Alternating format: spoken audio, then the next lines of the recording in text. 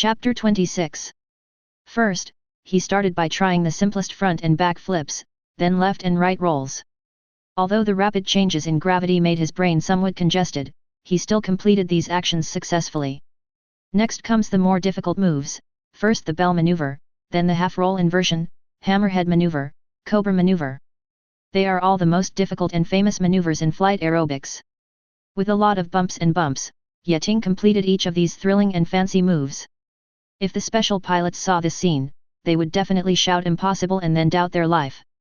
After all, anyone who sees a move that he may not be able to learn after studying it for several years, but someone else learns it the first time he does it, will doubt his life. Definitely, this is not only because of his originally powerful movement ability and learning ability, but also because of the better control and flexibility of a flying broomstick than a fighter jet. Seeing this scene, the little necromancers on the lawn let out screams of admiration. Although they could not see the difficulty of these movements, the gorgeous flight still made them scream incredulously. Mrs. Huoqi saw more. She was once a professional Quidditch player and truly recognized Yeting's incredible flight ability, an ability that far exceeded that of any Quidditch player she had ever seen.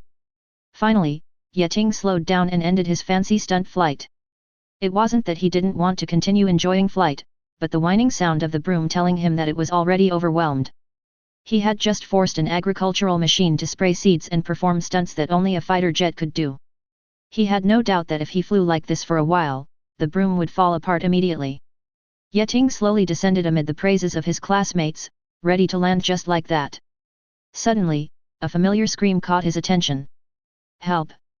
I can't control it." The crying female voice immediately attracted Yeting. He easily identified the owner of the voice, Hermione.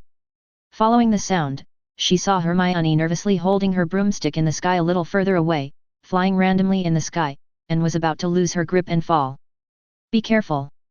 He heard the frightened shouts of his classmates on the ground.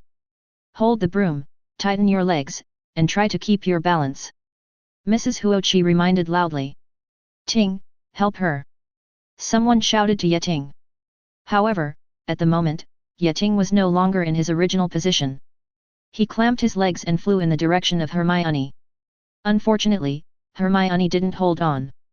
The out-of-control flight had already exhausted her. When the broom hung her upside down in the air again, she could no longer hold on to the broom handle and fell from the sky. She screamed in terror and fell helplessly. The little necromancers on the ground couldn't bear to close their eyes. If they fell from such a height, they would be half disabled if not dead.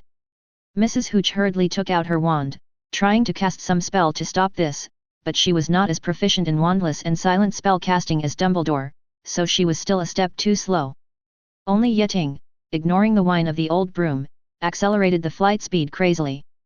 During the rapid dive, the howling wind hurt his cheeks. The end of the broom had completely fallen apart, and the wooden support was constantly thrown behind him. Now he was almost diving on a broomstick that was about to be broken in half. At this time, he was like a sharp arrow thrown out, drawing a parabola in the air.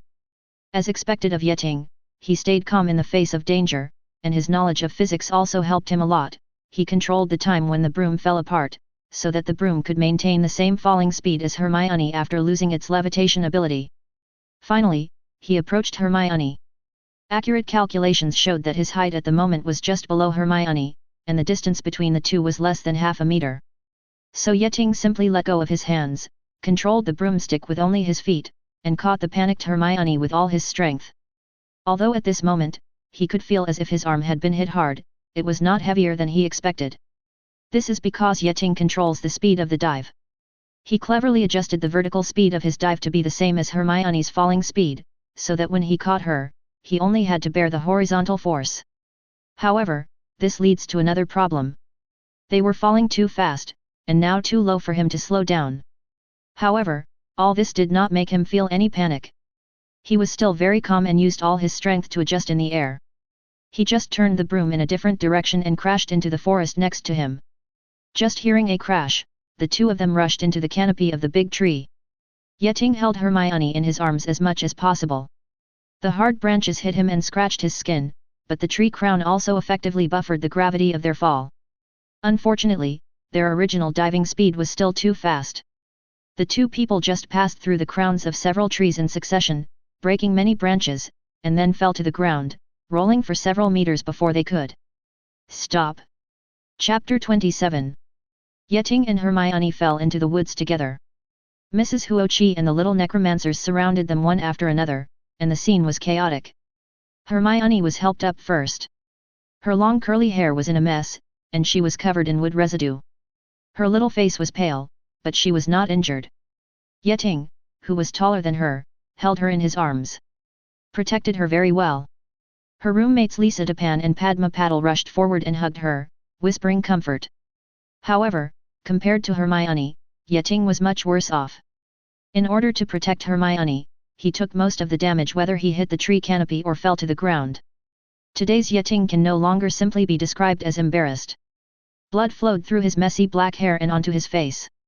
All his exposed skin was covered with cuts and scratches. His hands could not use any strength at all. As for the skin under his clothes, it had already been cut into pieces.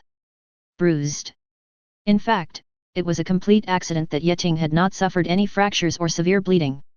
In order to thank him for his design, Madame Malkin made him a cloak and school uniform using the best materials, which were of high quality and even enchanted. In the accident, this cloak and school uniform protected him very well, and coupled with his original Superman physique, this prevented him from breaking his neck. Seeing Yeting's tragic situation, before Terry Butt and several other roommates could make any move, the girls around him were so nervous that they swarmed around him. Regardless of whether they were familiar with Yeting or not, they all looked devastated. They cried and helped Yeting up, then carried him to the infirmary. "I'm so envious." Michael Corner looked at the crowd of people leaving and felt a little doubtful about life. Why don't he have so many relationships with the opposite S***X? Anthony Goldstein nodded in agreement. It turns out that handsome people can really do whatever they want. Hermione next to her finally woke up. She struggled and ran in the direction of Yeting, and finally squeezed into Yeting's side. Seeing his miserable condition, Hermione cried, "Wow! It's all your fault." "He did this," a Hufflepuff girl next to her accused. "The blame lies with you." Another Ravenclaw girl echoed. Hermione instantly became the target of public criticism. The girls turned their sadness over Yeting's injury into anger towards Hermione, and they took turns blaming her. There was certainly an element of anger in this, but more of it was because Hermione was saved by their male god, and they felt jealous about this. But the strong-willed Hermione did not fight back this time. She staggered and followed the team escorting Yeting, with an attitude of being extremely guilty and willing to be beaten and scolded. And what about the boys? They had no choice but to stay where they were, looking at me and you. The deep envy in everyone's heart is almost overwhelming. Yeting's first flight class ended hastily. After class, a piece of major news soon swept the entire Hogwarts. Ravenclaw's new star, the heartthrob Yeting, actually fell and injured himself in flight class. The news caused an uproar at Hogwarts. The last person to be injured in the flight class was Neville Barton of Gryffindor. Although this happened just one day ago, it did not cause such a sensation as today. The door of the infirmary was quickly crowded with girls who came to visit Yeting. Madame Pomfrey tried her best to drive them away, but the girls couldn't drive them away. There was always a steady stream of girls coming over to see him. The boys fell into a whirlpool of envy and self-denial. This injury revealed the true charm of the heartthrob. No one expected Yeting to be so popular among girls, and because he sacrificed his life, his actions to save people further increased his popularity. The other boys looked unattractive in comparison, which hurt them inside. Judging from this, Yeting will definitely become the public enemy of the boys immediately after he is discharged from the hospital. When Yeting woke up, it was already the morning of the next day. He raised his head and saw Hermione lying on the bedside for the first time. The little girl hadn't woken up yet, and her red and swollen eyes were full of tears. It was obvious that she had cried for a long time last night, and her breathing was slightly heavier than usual. Next to her was Hija, who was curled up in a ball, while Oriana was in a dancing pose, standing motionless on the bedside table, disguised as a real toy. Hearing the sound of him getting up, an elegant girl soon appeared in front of him. She is Pinello, the prefect of Ravenclaw. She came to the bedside with a basket in her hand, and calmly took out a jug of milk, a sandwich, French fries, a stack of fried eggs, and a stack of fried fish from the basket. They are all what you often had for breakfast before. I have an impression, so I picked these for you. You can see if they suit your taste. Facing Yeting's surprised look, she responded, "You were in a coma all night." I haven't eaten anything, I'm afraid you'll be hungry. Besides, the fish is for your kitten. Not only did she remember his eating habits, she also remembered helping him feed his cats. Even in his previous life, Yeting had never encountered a girl who cared about him so much and understood him so well. At that moment, Yeting was really moved by her gentle smile. It was completely different from his usual intellectual and generous image with a bit of coolness. At this time, Pinello gave him the feeling of a sister. I must be crazy to think of a little girl as my sister. Chapter 28. Fijo was quickly awakened by the smell of food. She first licked her master's face to show intimacy, and then sat in front of Pinello, looking at her expectantly. Penelope smiled at her tenderly, poured her a plate of milk, and then served the grilled fish. Fijo ate happily. She didn't gorge like other cats, but her movements were exceptionally graceful, licking the milk in small mouthfuls, eating the fish in small mouthfuls, just like a real lady. Yeting also ate breakfast, and his eating movements were much more rude. He was sent to the infirmary yesterday. After eating Madame Pomfrey's potion, he fell asleep here for most of the day. He didn't drink even a drop of water and had already fallen asleep. Thirst and hungry. But Pinello on the side was not impatient at all. While he was devouring the food, Pinello looked at him with admiration. With the same eating movements, some people will eat rudely, while others will say they have a true temperament. Any evaluation of people will always vary from person to person. After swallowing a mouthful of sandwich, Yeting suddenly thought of something, raised his head and asked, "Do you have more breakfast there? Hermione hasn't eaten yet." Pinello smiled and joked, "I really care about your little girlfriend." It wasn't until she saw Yeting's helpless expression that she explained, "Second year Chujong will be responsible for bringing Miss Granger's breakfast. Speaking of which, they both care about you very much." Cao was about to arrive. As soon as she finished speaking, there was a sound of footsteps outside the door. A black-haired Chinese girl with a basket pushed the door open and walked into the infirmary. Seeing Yeting, who had already gotten up and was drinking milk normally, the girl showed a surprised smile. But she didn't make a sound, but her steps speeded up unconsciously. "You finally woke up. We were all worried about you." Zhang Chu sat on Yeting's bedside and took out Hermione's breakfast from the basket. "Last night, all the girls in Hogwarts were there. Worried about you." At this point, she frowned slightly, as if she was a little dissatisfied, but she soon felt relieved in her heart and turned to care about him. "Madame Pomfrey gave you some quick healing pills. She said you would get better in just one night. How do you feel now?" As for Hermione, she immediately ran to wash up in a panic after waking up. She cried for a long time yesterday and slept on the bedside all night, making herself a mess. She didn't want Yeting to see her unruly and ugly side, definitely only in relative terms. "I'm feeling much better now. I can even be discharged from the hospital immediately." Yeting stretched and twisted his neck, feeling that everything was normal. These words seemed to anger Zhang Qiu, and her tone became stern. "Don't even think about it. You must have a good checkup at Madame Pomfrey's before leaving." Zhang Qiu really couldn't stand Yeting being so casual about his health. Okay. Yeting shook his head helplessly, but he was also a little happy inside. Seeing his tired look, Zhang Qiu softened his tone and comforted us. "The bloody look on your face yesterday frightened us. We were all worried about you." Hermione cried all night because of this. But her words were immediately interrupted. After washing up, Hermione hurried in from the door. After hearing her words, she habitually retorted loudly, "I didn't cry all night." But the next moment, after noticing Yeting next to her, her voice immediately weakened. That. I'm sorry." She apologized to Yeting hesitantly, her head lowered so much that it was almost buried in her chest. If anything, his face could not be seen at all. "It's all my fault for getting you hurt." She speaks so submissively. This is not like the usual Hermione. Yeting smiled slightly and teased, "The Hermione I know is a smart, proud, and stubborn girl. She will speak out boldly about anything. I'm neither proud nor stubborn." Hermione couldn't help but raise her head to defend, but after seeing Yeting's face, she lowered her head involuntarily, sobbing and speechless. "Forget it, you don't have to be like this. I am willing to save you. We are friends." Yeting touched her head and comforted, "I can't just watch you fall to the ground. What should I do if the appearance is broken?" But her tone still sounded like she was about to cry.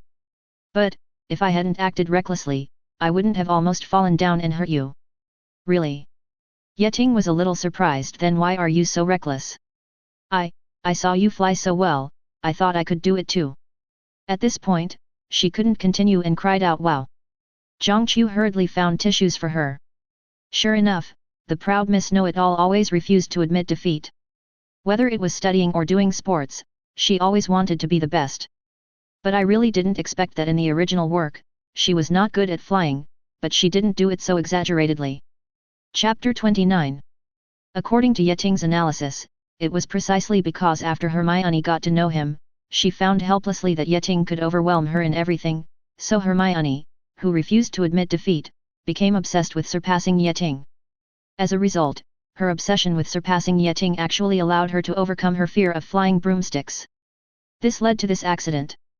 At this time, Pinlo, who was not very familiar with Hermione, started to untie her.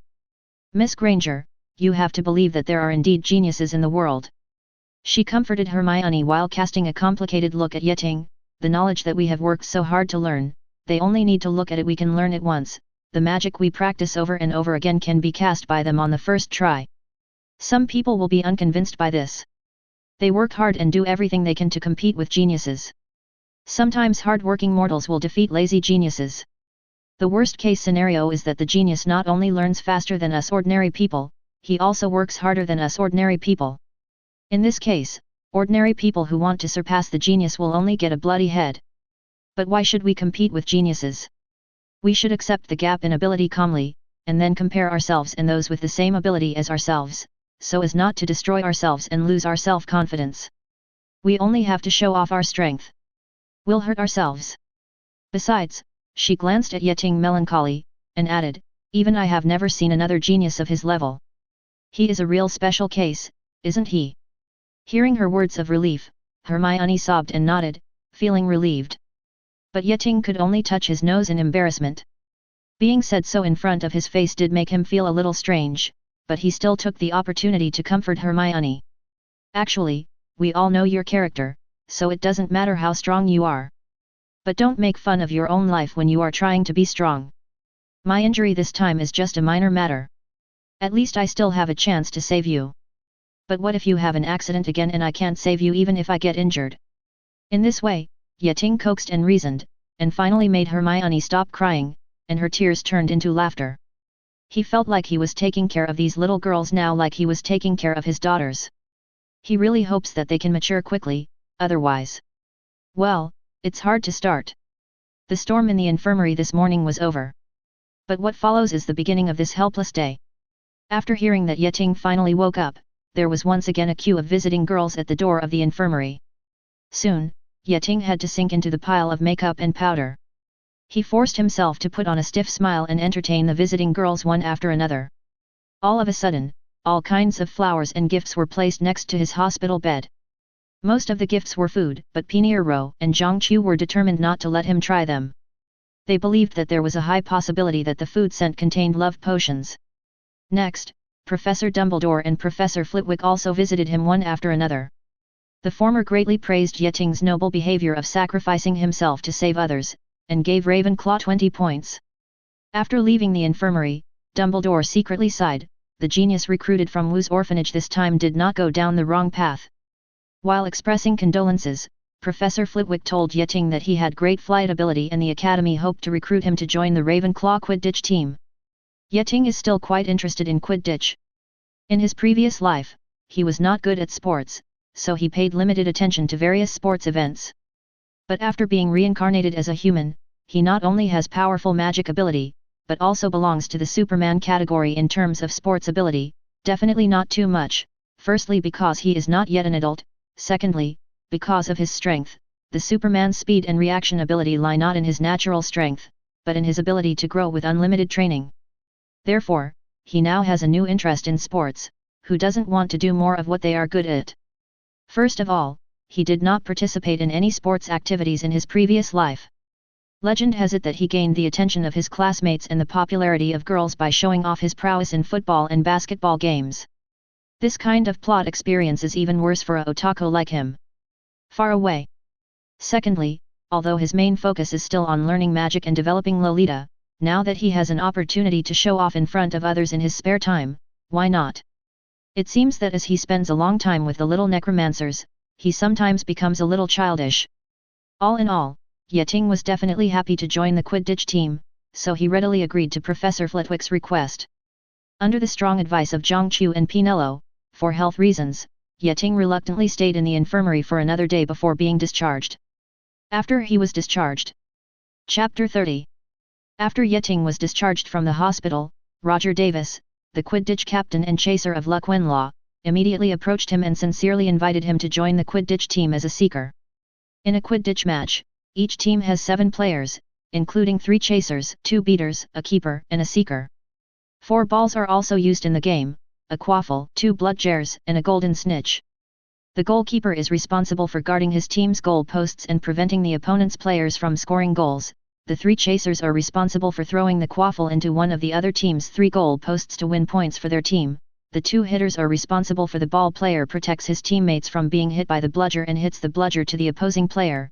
The seeker is responsible for finding the golden snitch on the field, catching it and ending the game. The team that catches the golden snitch can win an additional 150 points, but this does not mean that this team will definitely win, because the point difference between the 2 teams may be greater than 150 points. Generally speaking, the player with the lightest body weight and fastest flight becomes the seeker. We also inspected second-year Zhongqiu. I remember she often stayed with you. When persuading Yeting to join the team, Roger said, if you come to be a seeker, she can be your replacement. But Yeting doesn't want to be a seeker. He felt that as a seeker, it was boring to run the entire game just to find a ball. Not only was it tedious, but there was also very little interaction with other people in the game. He would rather be a chaser than a seeker. Compared with seekers and beaters, chasers in Quidditch are more like players in football and basketball games. They cooperate with each other and are responsible for scoring goals or preventing the other party from scoring goals. Yeting believes that his physical ability not only allows him to fly fast, but also gives him stronger physical resistance ability, allowing him to perform more complex and difficult actions in flight. Seeker's skills are like Bolt's, but simply faster. If on the football field, Bolt can receive the ball as quickly as possible, but that's about it. However, to become a real football player such as Ronaldo or Messi, not only speed is required, but also physical fitness, technology, and other conditions are required. In Yeting's view, for a person like him who possesses the above qualities, being just a seeker would be too much of a waste. On the contrary, becoming a chaser would be a better way to utilize all of his abilities. However, for Roger, Yeting's choice was very difficult to understand. Generally speaking, the seeker is the key figure on the field and the most eye-catching star. On the other hand, chasers require higher ball-holding skills and more complex coordination, and cannot be played with flight ability alone. In that case, why don't you try my skills yourself? After finding that he couldn't convince Roger, Yeting suggested, we are one-on-one and take turns attacking with the ball. Whoever scores 5 goals first wins. If I win, let me be the chaser. How about that? Then, if you lose, you have to be a seeker. It's a deal. The 2 made an agreement. The Ravenclaw Quidditch team practices on Wednesday. Feeling that he was sure of victory, Roger spread the news in advance that he was going to fight Yeting. On the training day, many Ravenclaw students came to the stadium early and prepared to watch. Yeting did not arrive at the stadium in advance. He only left the dormitory 10 minutes before the training time. 3 of his roommates came with him. Although most people thought Yeting was a genius, they still felt that he would not be Roger's opponent. However, his roommates saw it differently. They were used to seeing Yeting's endless talents that were beyond ordinary people, so they all firmly believed that he would not lose to Roger. Along the way, they expressed their envy of Yeting and encouraged him to defeat Roger so that the freshmen could overpower the senior class. When Yeting arrived at the stadium, the Ravenclaw players also arrived early and started training. Since there are too few boys in Ravenclaw, most of Ravenclaw's team members and substitutes are girls. Yeting also saw Zhongqiu among them. She was also riding a broom in the air for flight practice. She flies very well, and many senior players are not as good as her in flight skills. It is no wonder that she was selected as a backup seeker in her sophomore year. He could also see Hermione sitting in the stands, standing up and waving to him with excitement as soon as he arrived. Surprisingly, Pinello was also sitting next to her. It seemed that since Yeting's hospitalization, the two had made friends in private. In fact, this is understandable. After all, they are both Muggle-born, and both are academically dominant figures. They must have a lot in common. Chapter 31. As soon as Yeting stepped onto the court, screams and cheers came from all around. These voices basically belonged to the girls who came to cheer him up after hearing the news. Although they were not optimistic about Yeting, they still gave him the greatest support. Although Yeting was mature enough in his heart and was a little dissatisfied with this kind of treatment as a schoolboy, he was still a little happy deep down in his heart and was slightly touched by their support. He waved his hands around, and the cheers suddenly became louder.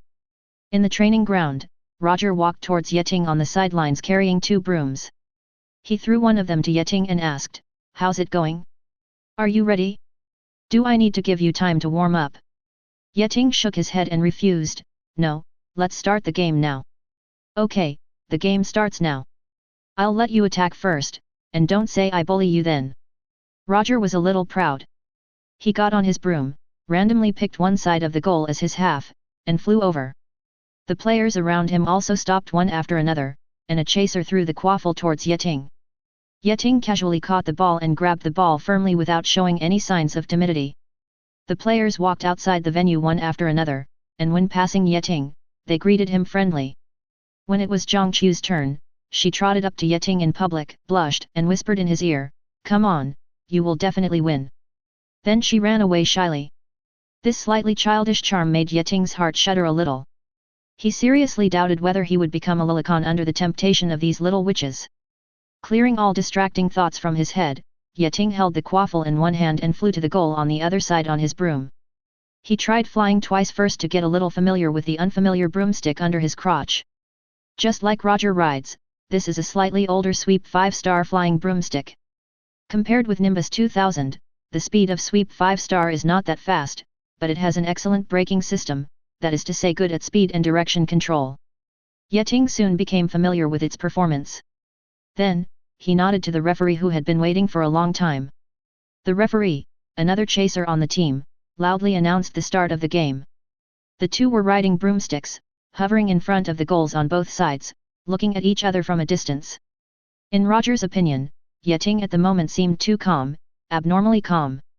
He originally thought that when Yeting came to the Quidditch field for the first time, he would be like other novices, nervous and overwhelmed, and then reveal his flaws so that he could win easily.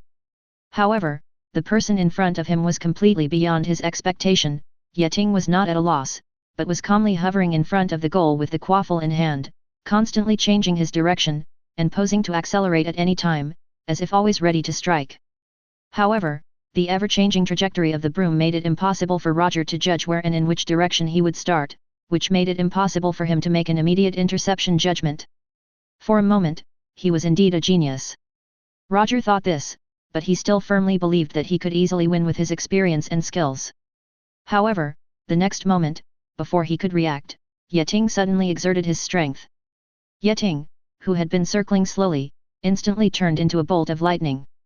He flew toward the goal behind Roger at a weird angle.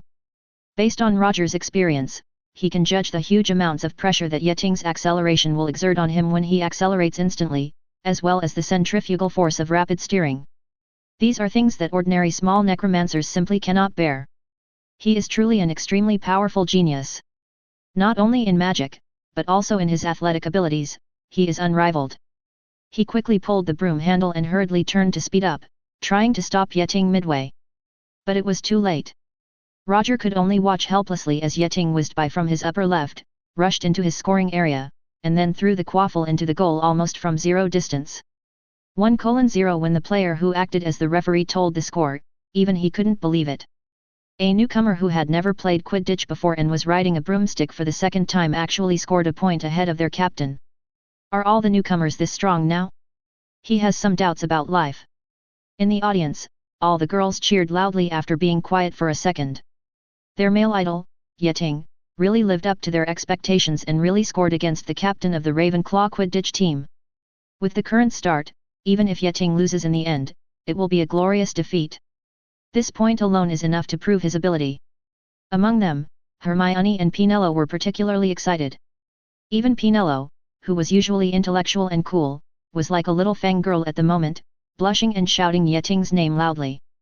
Yeting's performance was so amazing, and the two of them were proud of it. Chapter 32. The girls cheered for Yeting. In contrast, all the boys and other Quidditch players who came to watch the excitement were speechless. They couldn't believe that Yeting, who was just a newcomer, actually won a point first. Originally, they came here with the attitude of watching a good show and wanted to appreciate the scene of genius failure. Who knew that the opposite was true? A genius is a genius, no matter what he is doing, he can make a difference. Now, he is even more popular among girls. Someone murmured enviously. Why is he so good at everything he does? Some people shouted jealously. Definitely, not all of them are like that. For example, Yeting's three roommates, Anthony Goldstein, Terry Butt, and Michael Koner. The three of them were very happy for Yeting and chanted his name one after another. They looked very happy among the silent boys. Stand out from the crowd. The same goes for Zhang Qiu. As a backup player, when she saw Yeting score the goal, she immediately screamed with joy, but the other players around her were silent. On the court, Yeting leisurely returned to his own half. When passing Roger, he asked provocatively, "How did I do?" Even though he was as calm as he was, he gradually became excited after coming to the court and looked very aggressive. Roger snorted angrily, "You were just lucky this time. Next time, I will make sure you don't get a single point." However, he was still vigilant in his heart and did not dare to relax even a little bit. He knew that if Yeting was allowed to score again, even if he won in the end, it would not be Yeting who would be embarrassed. But Yeting didn't think so, and just smiled slightly, "You are the one who won't get a point next. 3:0 is the final score." He waved to indicate he was ready. The referee next to him announced the start of the second round. This time it was Roger's turn to attack. "You're so arrogant." Roger held the quaffle and rushed towards Yeting, "I'll let you see how professional players play Quidditch." His flight speed was not too fast, but it was very impactful and pointed directly at Yeting on the opposite side. Yeting could see that he just wanted to use his physical advantage to defeat Yeting by virtue of his being older and taller and stronger. After all, Yeting was younger than him, didn't look very strong, and most likely wasn't proficient in physical confrontation skills in Quidditch. Therefore, in this case, the simplest physical confrontation is the simplest and most effective strategy. To put it bluntly, this lesson is a mid-air collision on a broomstick. Generally, when people without special training see a tall object flying towards them, their first reaction is to avoid it, rather than to hit it head-on. However, Roger still underestimated his opponent. A body that can grow infinitely, coupled with daily exercise, gave Yeting a physical quality beyond imagination. He doesn't seem to be very tall, but hidden under his clothes are powerful muscles. Although he is not as muscular as a bodybuilder or weightlifter, his muscles are just like the muscles of people with supernatural abilities in movies, animations, and games, and have superhuman qualities. In short, the current average quality of his muscles is comparable to that of Hawkeye and Black Widow in American comics. Although he cannot compare with Steve Rogers, it is only a matter of time before he surpasses him as he becomes infinitely stronger. And what about Roger? He is just a minor necromancer in the world of Harry Potter. And Harry Potter is a magical world. In addition to being more resistant to magic than ordinary people think, the necromancers in this world have nothing outstanding in terms of physical fitness. They can't compete with superheroes in a world like Marvel. Contrasted. Although Roger is considered strong compared to his peers, facing Yeting today, this can only be said to be an egg hitting a stone.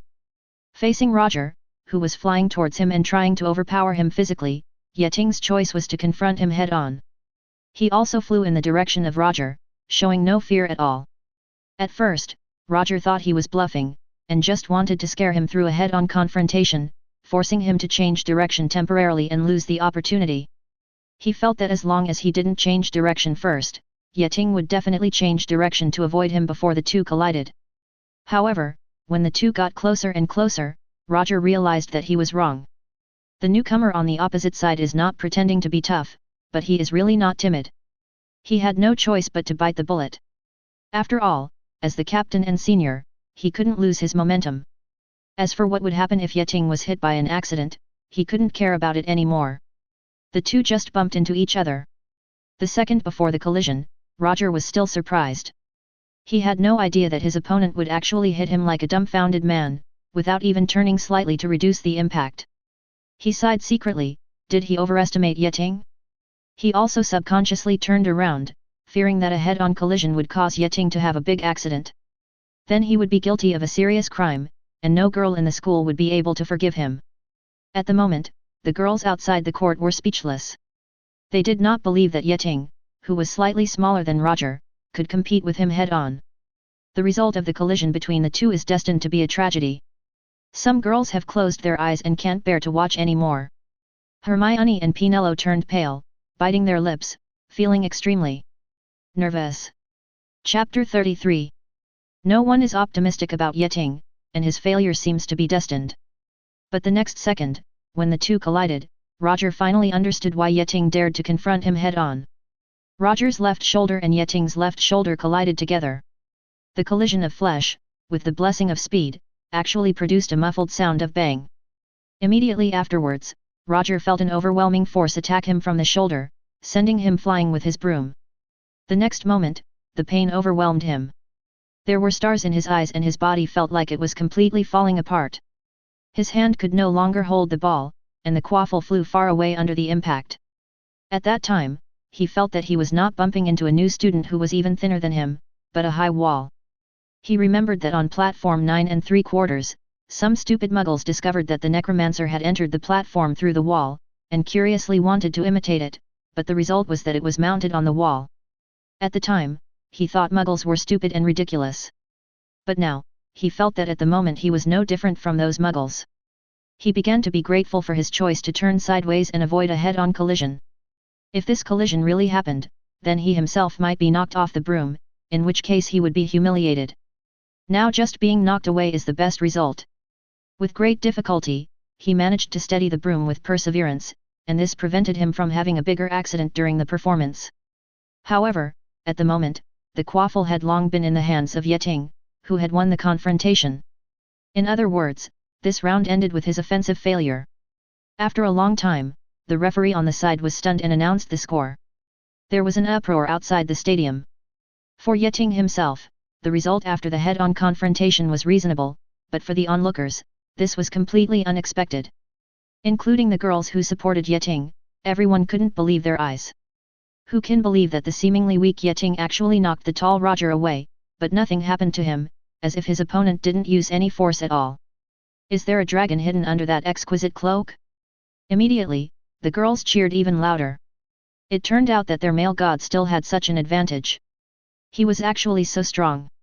Especially some seniors, facing Yeting like this, they just couldn't stop. Hermione and Penelope also hugged each other, not knowing whether they were happy for Yeting's victory or that he was safe and sound. And not everyone in the Ravenclaw team was silent because of Roger's failure. Ravenclaw's Quidditch team was originally a team dominated by girls. When Roger failed for the first time, they didn't dare to react excitedly due to their friendship. But when Yeting defeated their captain again, all the female team members couldn't help it. They and Zhongqiu cheered loudly for Yeting. Their genius, their male idol, is really strong. After the second game of the showdown, no one thought that Roger could win with certainty. As a newcomer, Yeting not only has powerful flight ability, but also has commendable physical fitness. In the eyes of the Ravenclaw players, his physical fitness is enough to compete with Slytherin's Flint on the field, and he will not be suppressed by his foul tactics. Then, facing such a genius, Roger's only advantage was his Quidditch skills and several more years of playing experience. In terms of the winner, the two sides are already evenly matched. If Yeting can play to his advantage, he may still win the final victory. Even the boys put aside their jealousy towards Yeting and spontaneously started cheering for him. When the results of two people are close, the laggard will be jealous of the leader, but when the gap is large enough, the laggard will only have admiration. The human heart is nothing more than this. Although the cheering sounds from him and the others were still a little sparse, it also proved that Yeting had won their recognition with his performance just now. At least no one dared to call Yeting a pretty boy or a sissy anymore. Definitely, this may also be because they are afraid of Yeting's strength and are afraid of being warned, physics, and having to change their words. On the field, Roger finally recovered from the feeling of being unable to use his strength and gradually regained his ability to move. He nodded to the referee to indicate that he was okay. So the next game started. This time, it was Yeting's turn to attack with the ball. Roger was now completely nervous. He was closely following his opponent's movements and did not dare to be careless at all. Because his opponent surpasses him in flight speed and strength, he must fully utilize his skills to fight against him. Come here! He shouted to Yeting, while also encouraging himself. You have no chance, I want to show you real Quidditch skills. This time, Yeting didn't say anything. He really didn't want to talk trash to Roger, because he knew that this time Roger was going to slap him in the face again. Even if it was a matter of skill, he might not able to outsmart myself. After all, he can perform acrobatic flight movements. With these movements, he can also offset Roger's flight skills. Combined with the football and basketball skills he knows, it may not be impossible to use them in Quidditch. And these techniques that he had summarized by himself were definitely things Roger had never heard of or seen before, and his experience was useless. In this way, the disadvantage of lack of Quidditch skills and experience is not a big problem for him. So, this time, he decided not to use his Superman strength or speed, but to defeat Roger through skill. Defeating the opponent where he is best is so willful. Chapter 34. After making up his mind, Yeting held the quaffle in one hand and set off without any more testing. His strategy at the beginning was the same as Roger's in the previous round. The flight direction was directed at his opponent. It seemed that he wanted to use his physical fitness to defeat Roger and replicate the success of the previous round. But the difference is that this time he didn't fly too fast. At this speed, whether he chooses to change direction suddenly or perform difficult actions, it is easier than at a higher speed, but on the contrary, for Roger, facing an opponent at this speed, whether he was avoiding or chasing after Yeting, he was able to make timely decisions. At such a speed, Yeting's speed and strength advantages cannot be fully utilized. Seeing this scene, Roger was overjoyed. He secretly sighed that young people just couldn't stand the excitement. Under his sarcasm, he immediately put down his advantage and competed with himself in skills. This time he definitely won. So, he began to carefully observe Yeting's movements, ready to react at any time. Seeing this situation, the surrounding Quidditch players and the more knowledgeable spectators all sighed, feeling a pity that Yeting gave up his advantage and abandoned his martial arts skills. As the distance between the two kept getting closer, everyone's hearts were lifted to their throats. Seeing that the distance between the two was only a few meters, Yeting finally made a change. He pulled the broom to the left, trying to pass his opponent through a sudden change of direction, preparing to bypass Roger before he could react. But the experienced Roger was well prepared. As early as Yeting made preparations to change direction and turned his waist, he accurately judged Yeting's next move. So he responded immediately, turned right immediately. His action was decisive, even one step faster than Yeting himself. Just like that, the opportunity was within his grasp. As for the next step, whether he chooses to block Yeting's flight path or cut in from the side of Yeting as he flies by and take away the quaffle depends on Yeting's next decision. I won this ball. Roger was secretly happy, and a long-lost smile appeared on his lips. But the next moment, he realized that he was wrong. Yeting's turn was just a fake move. He only made half of his left turn. Then, he actually twisted in the opposite direction, violating common sense of the human body, and forced a change of direction in a short period of time. The broomstick was forced to turn from left to right. But Roger didn't react to this action, or in other words, his reflexes and physical ability didn't allow him to react. So, he was fooled by this fake move and could only watch his opponent pass by him. By the time he was able to turn around and look back to pursue him, it was already too late. Easily, Yeting once again threw the ball into the goal. 2:0 screams immediately filled the audience. Everyone felt that their three views were completely overturned by Yeting this morning. Yeting, this man, recognized by the girls at Hogwarts as their male god, has challenged their common sense time and time again. Everyone's impression of him has changed from a newcomer that no one expected, to a genius with extraordinary speed, and then to a player with strong physical fitness. Now he has defeated the Ravenclaw Quidditch team on a technical level. Captain, Roger. Can one person's ability really be that strong? But no matter what, everyone is cheering for Yeting, whether they are girls or boys, ordinary spectators, or Quidditch players. They felt that they had witnessed the rise of a legend. These little Ravenclaw necromancers are already looking forward to the next Quidditch Cup. Ravenclaw has not won the Hogwarts Quidditch Cup for several consecutive years. They believe that this will change after the team acquires Yeting. As for Roger, he has been beaten to the point where Yeting has little confidence. Originally, he just wanted to educate the newcomers, but instead he was educated in all aspects by the newcomers. He fell behind in terms of speed, physical fitness, and technology, which made him wonder if he was dreaming now. He wanted to be woken up by his roommate immediately, but unfortunately, this was the reality. But Roger was worthy of being the captain of the team. He quickly boosted his confidence and prepared to use his skills to score a point in the next attack to save his face. After all, defense requires more experience than offense. Obviously, Yeting is a complete newcomer in this area, which gives him an opportunity to take advantage of. However, although his idea is good, the reality is cruel. In the next round, facing Roger's attack, Yeting behaved very maturely and experiencedly.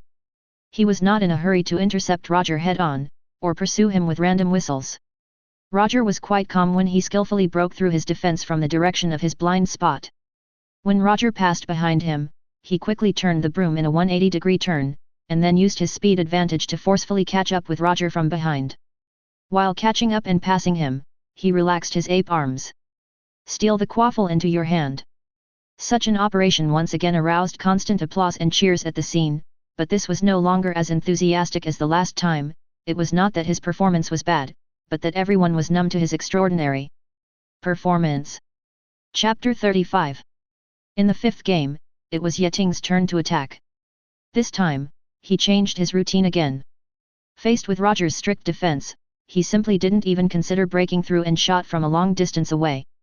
Under his strong arm strength, the quaffle was like an arrow leaving the string. Roger could only watch helplessly as the ball flew over his head, drew a beautiful arc, and then accurately entered the goal. This time, Yeting didn't even enter the scoring area. Such pitching skills really amaze these little necromancers. The referee promptly announced the score. 3:0. Roger fell sadly to the grass and had to face his failure. He walked forward and shook hands with Yeting. You are indeed our Ravenclaw genius. It will be your time from now on. He left the court dejectedly, leaving a sad figure behind everyone. It seemed that it would take him some time to calm down. As for Yeting, he is now surrounded by female team members and Ravenclaw girls. Zhangqiu was the closest to him. She hugged him excitedly and jumped up and down. She couldn't help but leave a soft kiss on his face. All the eaglets present believed that the era of Ravenclaw dominating the Quidditch Cup was coming. In this way, Yeting became Ravenclaw's chaser. The team originally planned to recruit a chaser from the third-year students to replace the senior students who left the team, but the spot was given to Yeting. After Yeting promised to help Zhangqiu and train her flight skills, another senior seeker left the team with confidence and concentrated on reviewing OWL. Zhangqiu became the official seeker, which was a year ahead of schedule in the original plot. On the day when the duel between Yeting and Roger ended, he defeated Roger with a score of 3:0, and the news of becoming the Ravenclaw chaser quickly spread throughout Hogwarts. When they heard the news, most people's first reaction was disbelief. However, there were many kitty hawks watching the game at the scene. They described the situation so vividly that others could not help but believe it. Now, Yeting's fame is not limited to his original image of a genius and handsome guy. Achievements in these three areas, study, appearance, and sports, are what students are most concerned about. A person who can excel in any of them will be welcomed and loved by his classmates. But Yeting is more than that. He is unparalleled in these three aspects, which makes him someone that most students look up to. His fans are no longer limited to girls, many boys have also expressed their admiration and adoration for him. Definitely, Yeting is not Jin Jialong, and he cannot make everyone like him. There are still some boys and some necromancers who believe in pure bloodism who don't like him very much, and most of these people are from Slytherin house. Draco Malfoy is a typical example of these people. He has spoken nonsense in front of others more than once, saying that Yeting is just a dirty mudblood who can do nothing but pretend. This time, when he heard that Yeting defeated Roger and successfully became the team's chaser in the first grade, Malfoy's jealousy was so intense that even Harry Potter became the chaser. No news from the Seeker made him feel so jealous. He said that Yeting must have bribed Roger and deceived everyone in Ravenclaw, and said that this was completely partiality. Rumor has it that Malfoy lost his temper in the common room and then wrote several long letters home. Definitely, I just mentioned another recent news, that is, the famous savior Harry Potter was admitted to Gryffindor and became the Seeker. But with Yeting's in front of him, the news did not cause much of a sensation in other colleges. Only the little lions of Gryffindor were happy for him. But the day after the news came out, the joy of the little lions turned into anger. Harry Potter, Ron Weasley, and Neville Longbottom were actually caught by Filch during a night out, and each of them deducted 10 points from Gryffindor. During breakfast, Yeting could hear the Weasley brothers' loud noises across several rows of tables. George and Fred constantly praised the three of them for their night out, saying they were so cool. They also asked Harry why he didn't take them with him, but Percy got angry at Ron and said he would write to his mother to report all this. On the Slytherin side, Malfoy and his two followers burst into laughter, looking like their plot had succeeded. Yeting knew why. In the original book, it was Malfoy who invited Harry and him to have a duel between necromancers in the trophy room at midnight. But it was just a bait. Harry and Ron listened to his words and ran to find him in the middle of the night, but were almost caught by Filch. But unlike now, in the original book Hermione went with them, and then they escaped by accident. Perhaps it was the butterfly effect caused by Hermione being assigned to Ravenclaw, but Harry did not escape Filch this time. Chapter 36. Yeting was adding meat sauce to the fried noodles.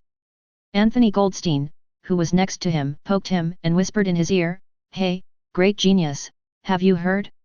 The three of them went to Chuanzhou last night. It's so bold to explore the forbidden corridor in the building. When can we secretly take a look?" Before Yeting could reply, Hermione on the other side interrupted, "I heard it, Anthony. How can you encourage him to do such a thing? This will cause us to deduct points from the college." "Oh, Hermione, can you stop being such a spoiler?" Terry Butt, who was next to him, felt helpless. They all agreed that Hermione was good at everything, but too prudish and nosy. "That's right, great genius, please take care of your little girlfriend." Michael Conner was also cheering from the side. "I'm not her little girlfriend." Hermione blushed with anger, but her voice was a little soft when she said this, and her eyes were wandering around Yeting. Obviously her confidence was lacking. "Okay, Hermione, let's just discuss it. Don't be so serious." Yeting put down the fork in his hand and touched the little girl's thick long hair to comfort her. He was already very skilled in this action. Hermione immediately obeyed and kept silent, which made Yeting a little strange. This happened several times since the accident in flight class, and every time Yeting could easily calm down the angry Hermione. But earlier, Hermione would argue with him for a long time every time, until she was rendered speechless by Yeting. On the other side, Zhang Qiu successfully changed the topic of discussion. "Do any of you know what is in that corridor? I heard that many seniors secretly went in to explore, but they never told me what they found. There is a three-headed dog there." Pinello, who was sitting opposite Yeting, answered the question. Now she is also a member of this small group, often staying with Yeting, Hermione, and Zhang Qiu. "I also tried to venture into that corridor secretly before, but I was blocked by a three-headed dog. The big dog was much taller than me and had a scary grin. Although it spent most of the time purring. Sleeping, but one head is always awake. By the way, I found a trapdoor on the floor where the three-headed dog was lying. I think the secrets are all in that trapdoor." Then, she lowered her voice and whispered, "I heard that during the summer vacation, Dumbledore summoned Professor McGonagall, Professor Flitwick, Professor Sprout, Professor Snape, Professor Quirrell and we had Hagrid build a level-breaking game there, and everyone designed a level. Is this true? Why would they do this?" Hermione was a little unbelievable. "I guess there must be something hidden there that you don't want others to get." Zhang Qiu said with some certainty, "Otherwise, I wouldn't have spent so much effort to stop others with checkpoints." "I think so too. I think so too." Others agreed. But Yeting, a time traveler, had different opinions. "I think this is a trap deliberately set by Professor Dumbledore." Then he explained, "If Professor Dumbledore wants to hide something, he can hide it by himself in a place where only he can hide it. Know the place. But now Professor Dumbledore's choice is to put things in that corridor and clearly tell everyone that entry is prohibited. This is obviously telling others that there is a secret here. And Professor Dumbledore invites professors to build a level together."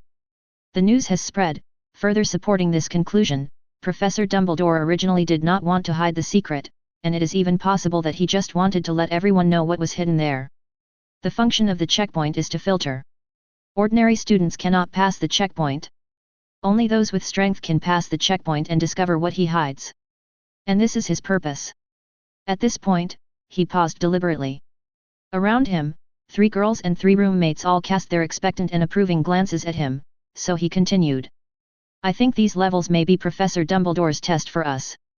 I hope the students can pass these levels for a practical assessment. Another possibility is that these levels are used to catch a thief. The thief wanted to steal something from Dumbledore, and the professor used these levels to set a trap and put the things the thief wanted to steal into the trap as bait. There. The thief will most likely think that these levels are just Dumbledore's anti-theft measures. In fact, the levels are just a disguise. The ultimate goal is to attract the thief's attention and make the thief believe that the thing he wants to steal is hidden there. Everyone, I believe that the more precious something is, the better it is protected. If the thief really broke into the level, then he was fooled, because Dumbledore wanted to lure him out. Chapter 37. Yeting's analysis suddenly made everyone realize that although they still had some doubts about whether Dumbledore would arrange a conspiracy trap, they generally believed Yeting's words. However, the test for students aspect immediately caught their attention.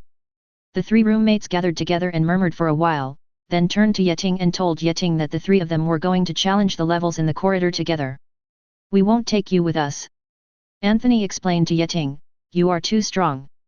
With you here, all kinds of troubles can be solved, so what use are we? Hearing this, Hermione sneered sharply, if you want to show your ability, don't refer to Yeting's homework every day. This hit them hard and made them speechless. It took them a long time to hold back a few excuses such as too much homework and necromancers does not count as plagiarism. So, Anthony, Terry and Michael left with their plates in despair. After a while, Hermione suddenly whispered to Yeting, otherwise, or let's find time to take a look at that corridor. I also want to try Professor Dumbledore's test. As expected of Hermione, when she encounters exams, tests, and other things, her sensitivity will increase greatly, and she will want to compete for the first place.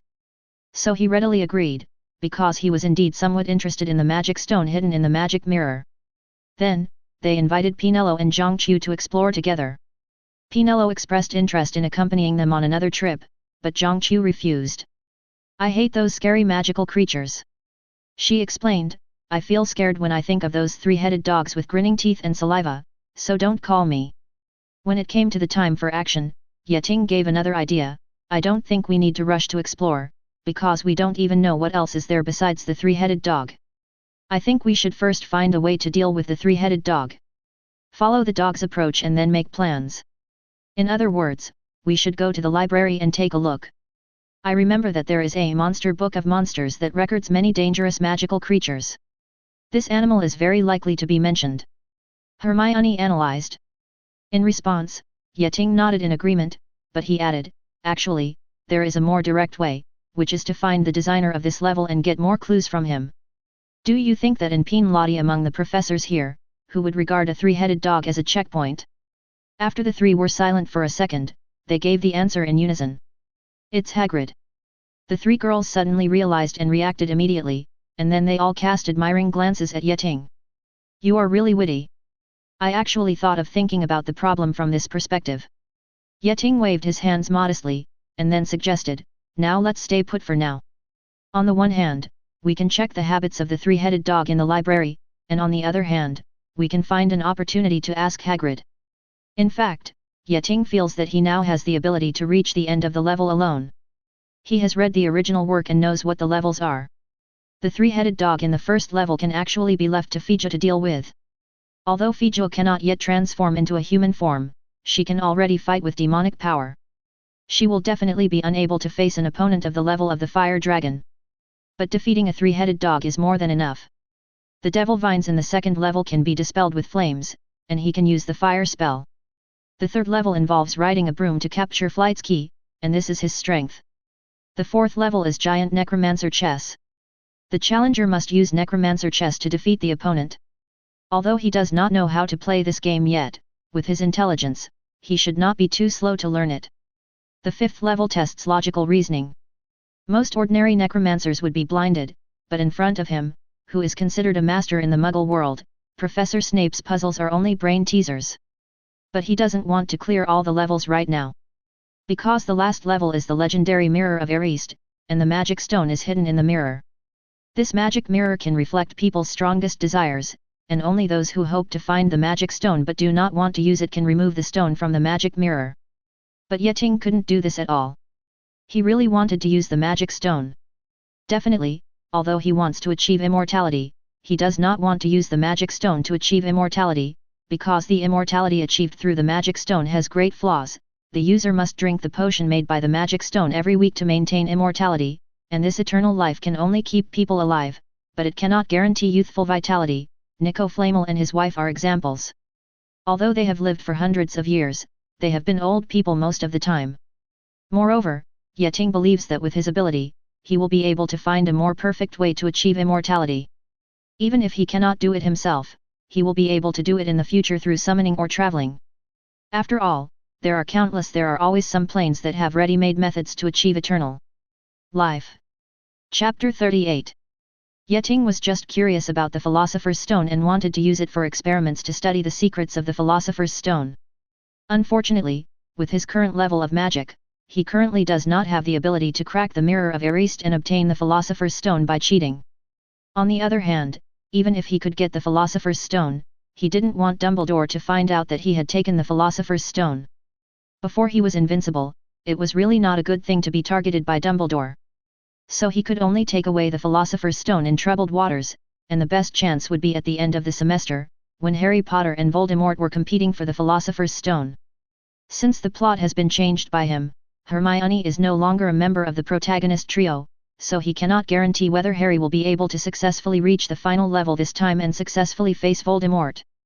In order to prevent accidents from happening, Yeting decided to postpone the expedition until the end, so that he could meet Harry or follow him. If the strategy team of Yeting, Hermione, and Pinello enters the level before Harry and Voldemort, Yeting's ability will definitely be able to pass all the levels and reach the Mirror of East. But if they do this, the early failure of the level may prompt Dumbledore to reset the level. By then, the plot will change drastically, and the chance of fishing in troubled waters to obtain the Philosopher's Stone will become slim. That's the plan, so there are two things Yeting needs to do now. One is to learn to play necromancer chess, and the other is to have a better flying broomstick. This will not only be used for this time, but also for future travel and Quidditch. It is also indispensable for odd games. In this duel with Roger, Yeting discovered the shortcomings of Sweep 5-star.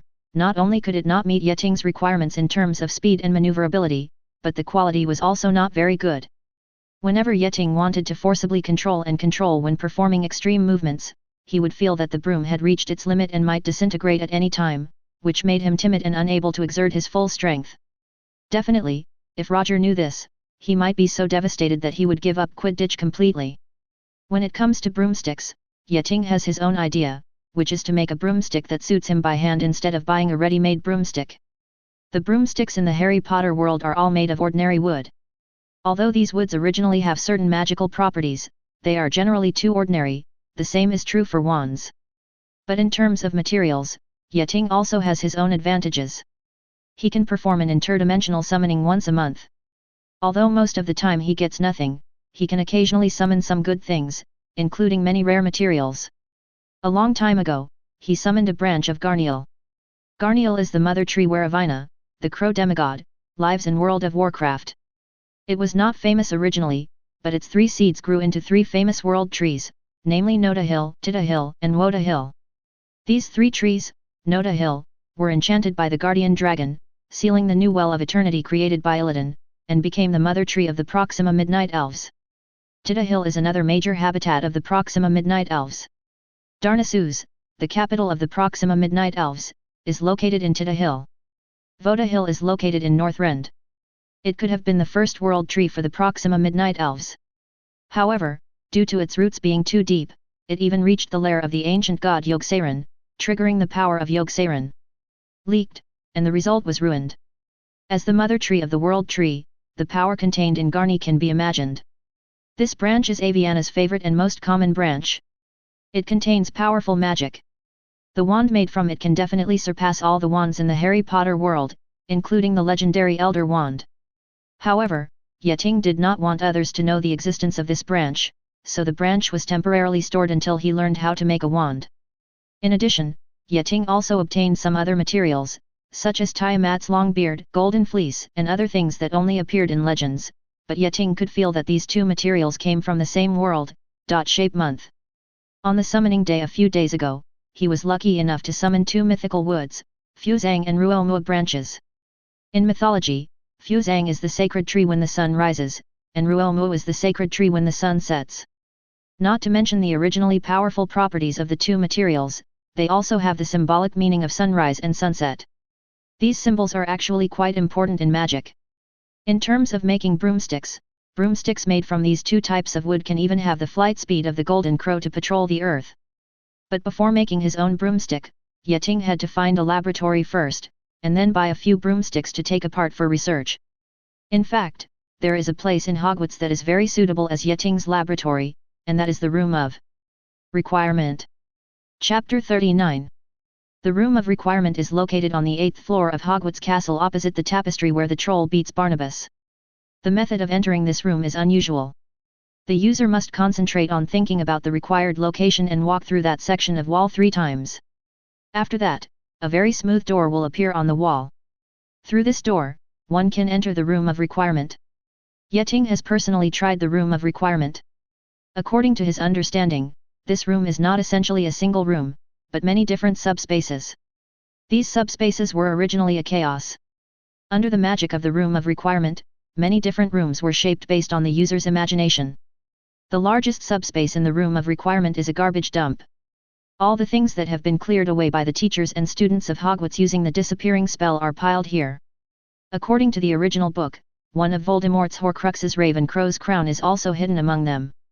When the user imagines the desired location, the magic of the Room of Requirement will filter through the shaped rooms and then connect the most suitable room with the door. And when all the rooms shaped by shaping do not meet the requirements, magic will shape a subspace in chaos into a room that meets the requirements. From this point of view, it is not really a Room of Requirement. After all, the total number of chaos subspaces as a prototype is limited. When all such subspaces are used up, there will be no new rooms in the Room of Requirement. Future users, even if you have new wishes, you will not be able to respond to every request. But no matter what, the magic of the Room of Requirement is indeed more powerful than imagined. Even the phase coincidence magic of Platform 9 3/4 cannot compete with the Room of Requirement in terms of complexity. This is a space-related, consciousness-sensing a compound magic with the power of pseudo-creation.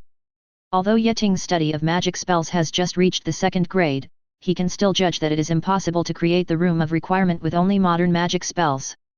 This must involve more complex and essential magic. If you want to learn such magic, you can only gain something by studying ancient magic texts and then conducting further research on spells and ancient magic. Therefore, Yeting's top priority is to study ancient magic texts in order to master the alchemy of making flying broomsticks. In addition, he also has to find a way to earn enough gold galleons to buy flying broomsticks as research materials in Diagon Alley. But none of these are what he can accomplish at the moment. As for galleons, he could return to the Muggle world and use magic and knowledge from his previous life to earn enough pounds to exchange for galleons. In addition, he can only go to Diagon Alley after leaving Hogwarts, so it seems that everything can only be completed after the Christmas vacation. Currently, Yeting is reading the thick high-level magic texts translation every day. He has already read the most basic a simple introduction to ancient magic texts, and he can really get started with some simple alchemy experiments if he goes further. In Yeting's eyes, the subject of ancient magic texts is a subject that combines linguistics, religion, philosophy, history, folklore, and programming. Although the meanings and combinations of magic texts have certain logical relationships, it involves more images from mythology and history. These images are what distinguish magic from science. In the world of Harry Potter, the essence of magic comes from magic. Necromancers and magical creatures are distinguished from ordinary creatures precisely because they are born with magical powers. The existence of magic enables them to have an anti-scientific and anti-logical impact on the material world. It is precisely because of the difference in magic power that Agmanes and Necromancer cannot transform into a magical creature. The essence of Agmanes is to transform a human body into an animal body through shape-shifting magic, which involves using magic power. Let a substance change into another substance. But although magic can transform matter, it is difficult to transform the original magic power. Magical creatures, including Necromancer, have different magic powers, so when Agmanes tries to transform into a magical creature, shape-shifting magic can only change the Necromancer's body into the body of a magical creature, but the Necromancer's magic power cannot be transformed into a magical creature, so agonies will cause shape-shifting to fail due to the incompatibility between the magic power and the body. In general, magic will follow certain and unique rules to affect the material world. After this rule is embodied by necromancers, it becomes the magic text. This is just like computer language. The lowest level machine language is equivalent to the rules of the world. Although machine language can be directly used to write programs, it cannot be used directly because it is too complex. So someone, or God, synthesized the machine language into instructions through the processor. Through these instructions, the machine language was simplified and became assembly language, which is the magic rule. This kind of rule can be manipulated through magic use. But for magical creatures, the rules of magic are still too complicated, so that they understand it and can only use it in a rather crude way through magic. Therefore, just as assembly language forms a programming language through further instruction, these magic rules were further simplified by some sages into ancient magic texts. Chapter 40. It is a well-known fact that even in an era when everyone can use a computer, only professional programmers understand programming languages. The same is true for ancient magic texts. In the necromancer world, only a small number of necromancers can understand the principles of ancient magic texts. Other necromancers cannot learn complex ancient magic texts at all, let alone use ancient magic texts to cast spells. However, even for a genius necromancer who has learned the ancient magic script, it is very cumbersome to cast spells using the ancient magic script. No matter how strong a programmer is, it is impossible for him to send emails in a short period of time using a computer without any applications. He must spend time writing the corresponding programs. Therefore, necromancers who knew ancient magic texts further combined and packaged the ancient magic texts and simplified them into spells, just like programmers editing programs and packaging them. Ordinary people only need to click with the mouse to use the program, while ordinary necromancers you only need to recite the incantation as required to use magic. Ordinary spells are like sealed programs and cannot be further edited or combined. However, as long as you can learn the ancient magic script well, you can become a programmer in necromancer, understand the principles of spells, and be able to create magic items or create new magic. Through research, Yeting discovered the essence of magic to a certain extent. Assuming that the original physical rules of the universe are materialistic and follow logic, then the rules of magic are idealistic and anti-logical. The difference between the two is that magic has a purpose, but physical rules do not have a purpose. Whether there is purpose is the difference between subjectivity and objectivity. This is like a spell, fluorescence flashing. From the perspective of physical rules, this is just a combination of sound waves or ink molecules. The difference between it and apparition and shenfeng wuying is only the arrangement. However, in purposeful disciplines such as literature, the difference between these words is not just in spelling, but in subjective meanings, which are given by people. This situation is the same in magic. The meaning of these spells is subjective and is given by magic rules. So when the rule is originally subjective and purposeful, then it can be proved that either this rule is formulated by man rather than formed naturally, or it can be proved that the system in which this rule exists, that is, the world, is not originally materialistic, but idealistic. The control variables of physics rules do not work in all situations in magic. Having said so much, it actually mainly expresses Yeting's understanding of magic in Harry Potter and also reveals Yeting's plans for his future. That is to master the principles of magic through the study of magic, and then master the real law. This is Yeting's plan for his path to becoming a strong person. He has the ability to make infinite progress and become stronger, has the talent of time and space, and has a powerful learning ability. Originally, he could have specialized in physical training. Since he can progress without limit, as long as he focuses on this, he can become a warrior and physical master like Saitama-sensei or the protagonists in Dragon Ball. He can also continue to explore his own time and space abilities, specialize in these too, take the supernatural route, and eventually become a boss who can master the laws of time and space. But out of his own interest and curiosity, Yeting still embarked on the magician's path, the most difficult path. Magicians are not like warriors who can fight without too much thinking, with punches and fists, and with passion and excitement. The magician's battle is all about calculations, and the magician's power all comes from knowledge. Magicians do not use abilities to control elements, modify matter, and control spirits like superpowers. They have full control over their abilities. If superpowers manipulate reality through mice, controllers, and touch screens, magicians use codes and keyboards to transform the world in the most complex way. However, the magician is the most powerful because he is a researcher. Only the magician can understand the reality of the world and browse the texture of the rules. Magicians are creators. Although magicians, like warriors and superpowers, can cause destruction, only magicians can truly create. They study rules and use them to transform the world. In his previous life, whether he was reading novels, comics, or playing games, Yeting's favorite character was always the magician, and he disdained warriors, priests, etc. The former is a mindless barbarian who can only cause destruction but cannot create value, the latter is a licking dog of the gods, an unthinking blind believer who relies on the gifts of others to dominate. In this life, he finally almost became a true magician, and already had the ability to become the strongest among magicians. What hinders the progress of a magician is never magic, but intelligence. Human learning and memory abilities have limits, and this limit is the biggest shackle that restricts the progress of magician. The more knowledge a person has, the more time it takes to review, and the slower the learning progress. Because of this, magicians have to choose to specialize. Just like in college, ordinary people can only choose one major, those who choose minors and double majors are all academic masters. Even in the D&D world where magic is prosperous, in order to go further, the top magicians either seek refuge with the god of magic and become God's chosen ones, creatures with higher intelligence such as suckers and brain demons. In the D&D plane, Ilum, the greatest human arcanist in the world of Toril and the founder of the magical empire of Netheril, finally transformed himself into the elder mastermind Lich, the Illithid boss and Lich. But Yeting is different. His learning ability and his infinitely improving ability allow him to engage in a wide range of subjects regardless of learning and memory. Eventually, he believed that he could completely master the rules of the world through the study of various magics. By that time, he will be able to transcend everything simply by his intellect.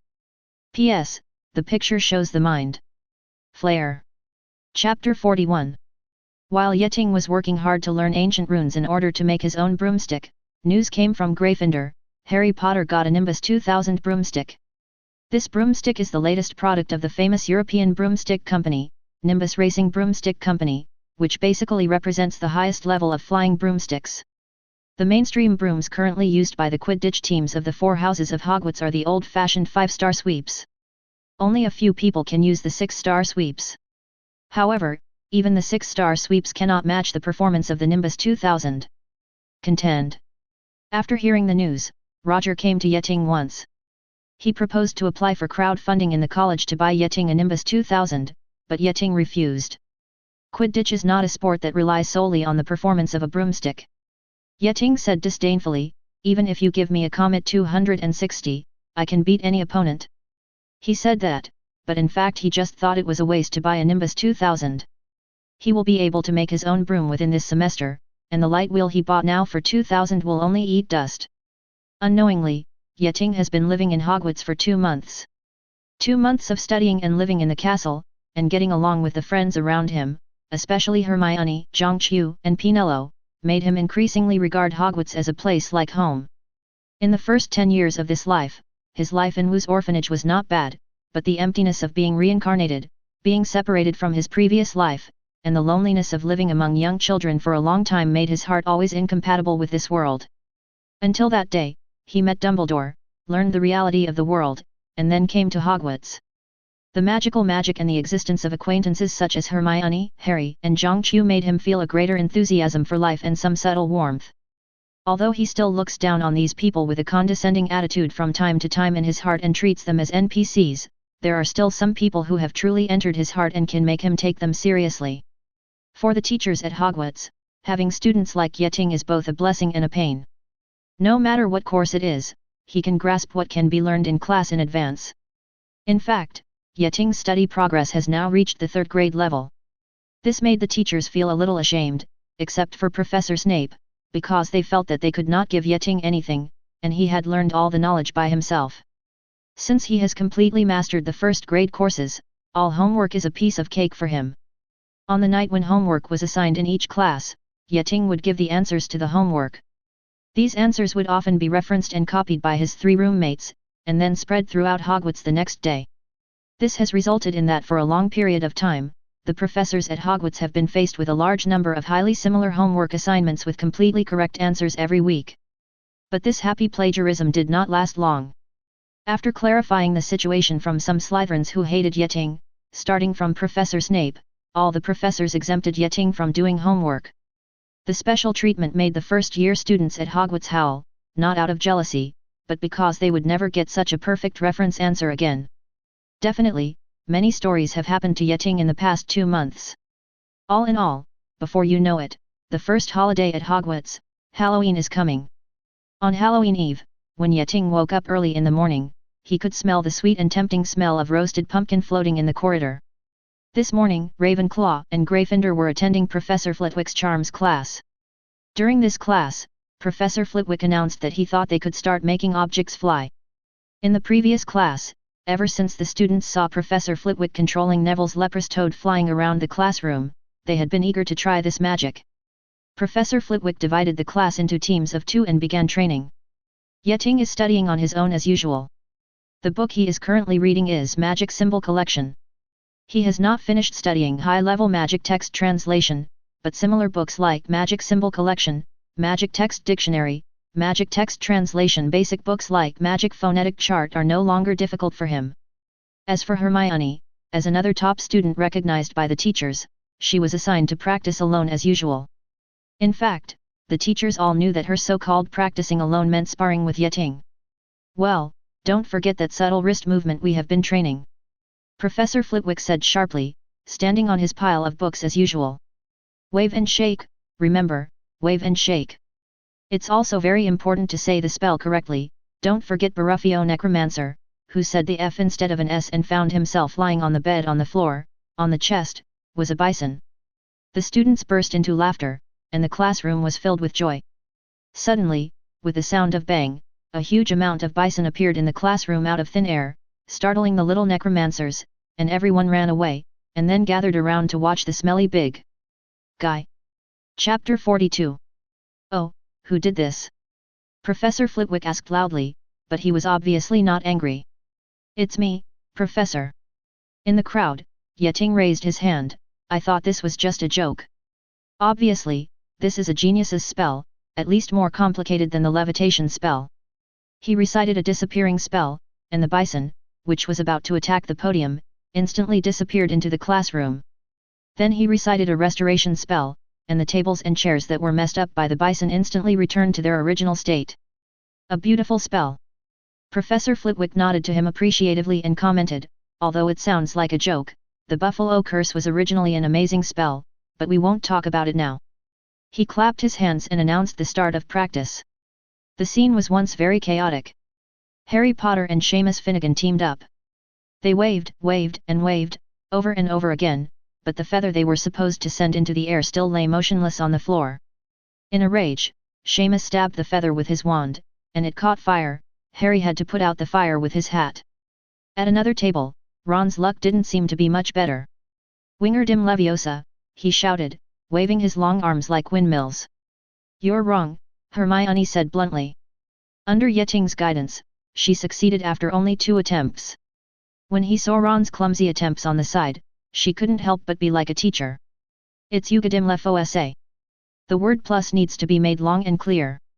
Since you're so clever, you might as well try it, Ron growled. Hermione rolled up her sleeves, waved her wand, and said, Wingardium Leviosa.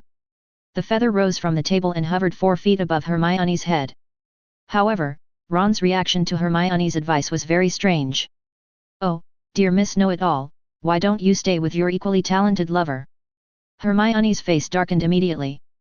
After class, Yeting walked to the library with his books in his arms, but Hermione did not follow him. He thought that Hermione had left because she had something to do. It wasn't the first time she had done this, so Yeting didn't go into details. On Halloween, the Great Hall of Hogwarts was decorated again. When Yeting walked into the restaurant in the evening, he saw colorful Halloween decorations in front of him. 1,000 bats fluttered on the walls and ceiling, and 1,000 more circled like low dark clouds over the dining table, making the candle flames flicker in the pumpkin's belly. The delicious food suddenly appeared on the golden plate, just like at the banquet at the beginning of school. Yeting did not enjoy the food as eagerly as the other little necromancers. He walked around the long table, asking people if they had seen Hermione Granger, with the hungry Feijoa following behind him. However, no one said they saw her. Only Ravenclaw girl Lisa Depan mentioned that she had seen Hermione in the corridor in front of the toilet. Upon hearing the news, Yeting immediately thought of the plot in the original book. Hermione encountered a troll in that corridor. Even though Hermione today is much stronger than in the original work under his training, she is still no match for the troll. At least with her current level of magic and spells, there is nothing she can do against the troll's magic resistance. Yeting immediately ran out of the restaurant, but on the way, he suddenly saw Professor Quirrell rushing into the restaurant. His big scarf was tilted on his head, and his face was full of horror. Everyone stared at him, and saw him walking to Professor Dumbledore's chair, leaning on the table, and gasping, "The troll, in the underground classroom, thought you should know." After saying that, he fell to the floor and passed out. The restaurant suddenly became a mess. Professor Dumbledore had to make several piercing pyrotechnic explosions on the tip of his wand before everyone fell silent. "Prefect," he said in a low voice, "lead the students from your college to the dormitories immediately." On the Ravenclaw side, Pinello calmly gathered the eaglets and asked them to line up towards the tower. Only Yeting left quietly, except for Zhongqiu and Pinello himself. No one outside has discovered this. When it was confirmed that there was no one around, Yeting took out the file-size Oriana from his pocket and put it on the ground. "Now take me to the public toilet on the 3rd floor," he said anxiously to Oriana. "This is an emergency, hurry up, please." "Understood, father." Oriana recited a spell briskly. It was definitely a spell in Valoran's magic. It was used to dispel magic. Her golem instantly glowed, and a purple magic wave appeared, launched towards Oriana herself. After being hit by the magic wave, the shrinking spell on Oriana was immediately lifted and she returned to her normal file size. I saw her holding Yeting, who was taller than her, in her arms, and then moving at high speed in a suspended state. Chapter 43. Although Oriana is a doll, Yeting still feels embarrassed to be carried flying by such a doll girl.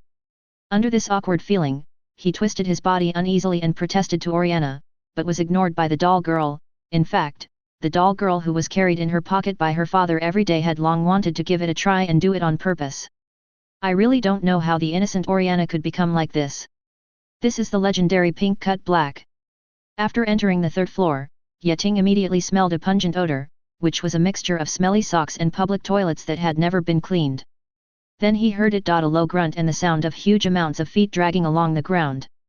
At the end of a passage on the left, a huge thing was moving towards him. Yeting quickly broke away from Oriana's arms, cast a shrinking spell on her, and then put her back in his pocket. The girl seemed a little unfinished. What appeared in front of Yeting's eyes was a monster he had never seen before. It was 12 feet tall, with dull skin as grey as granite, and a huge and stupid body like a pile of huge amounts of mud. Pebbles, with a small head like a cocoa bean on top. Its short legs are as thick as tree stumps, and beneath them are large, flat, thick, calloused feet. The smell it gave off was disgusting. It was holding a thick wooden stick in its hand, which was dragging along the ground because of its long arms. That is the troll, a magical creature with amazing strength but very low intelligence. They have the same name as the trolls in World of Warcraft, but are obviously slightly different in intelligence. The troll stopped by a door and peered inside. It swung its long ears, made a decision with its little head, then lowered its head and slowly entered the room. Immediately afterwards, Yeting heard a sound that almost stopped his heart, a shrill, frightened voice, coming from that room. It was Hermione, hiding in the women's room. Yeting drew out his wand without hesitation and rushed over. Hermione Granger huddled against the opposite wall, chanting the levitating spell in a trembling tone. A thick book hit the monster's head, but such a weak attack was not effective for this rough-skinned monster. Nothing works. The troll was approaching her, walking forward slowly, its thick muscles smashing the porcelain sink along the way. Am I going to die? Finding that her spell had no effect on the monster, Hermione turned pale with fright. She closed her eyes in despair, waiting for death to come.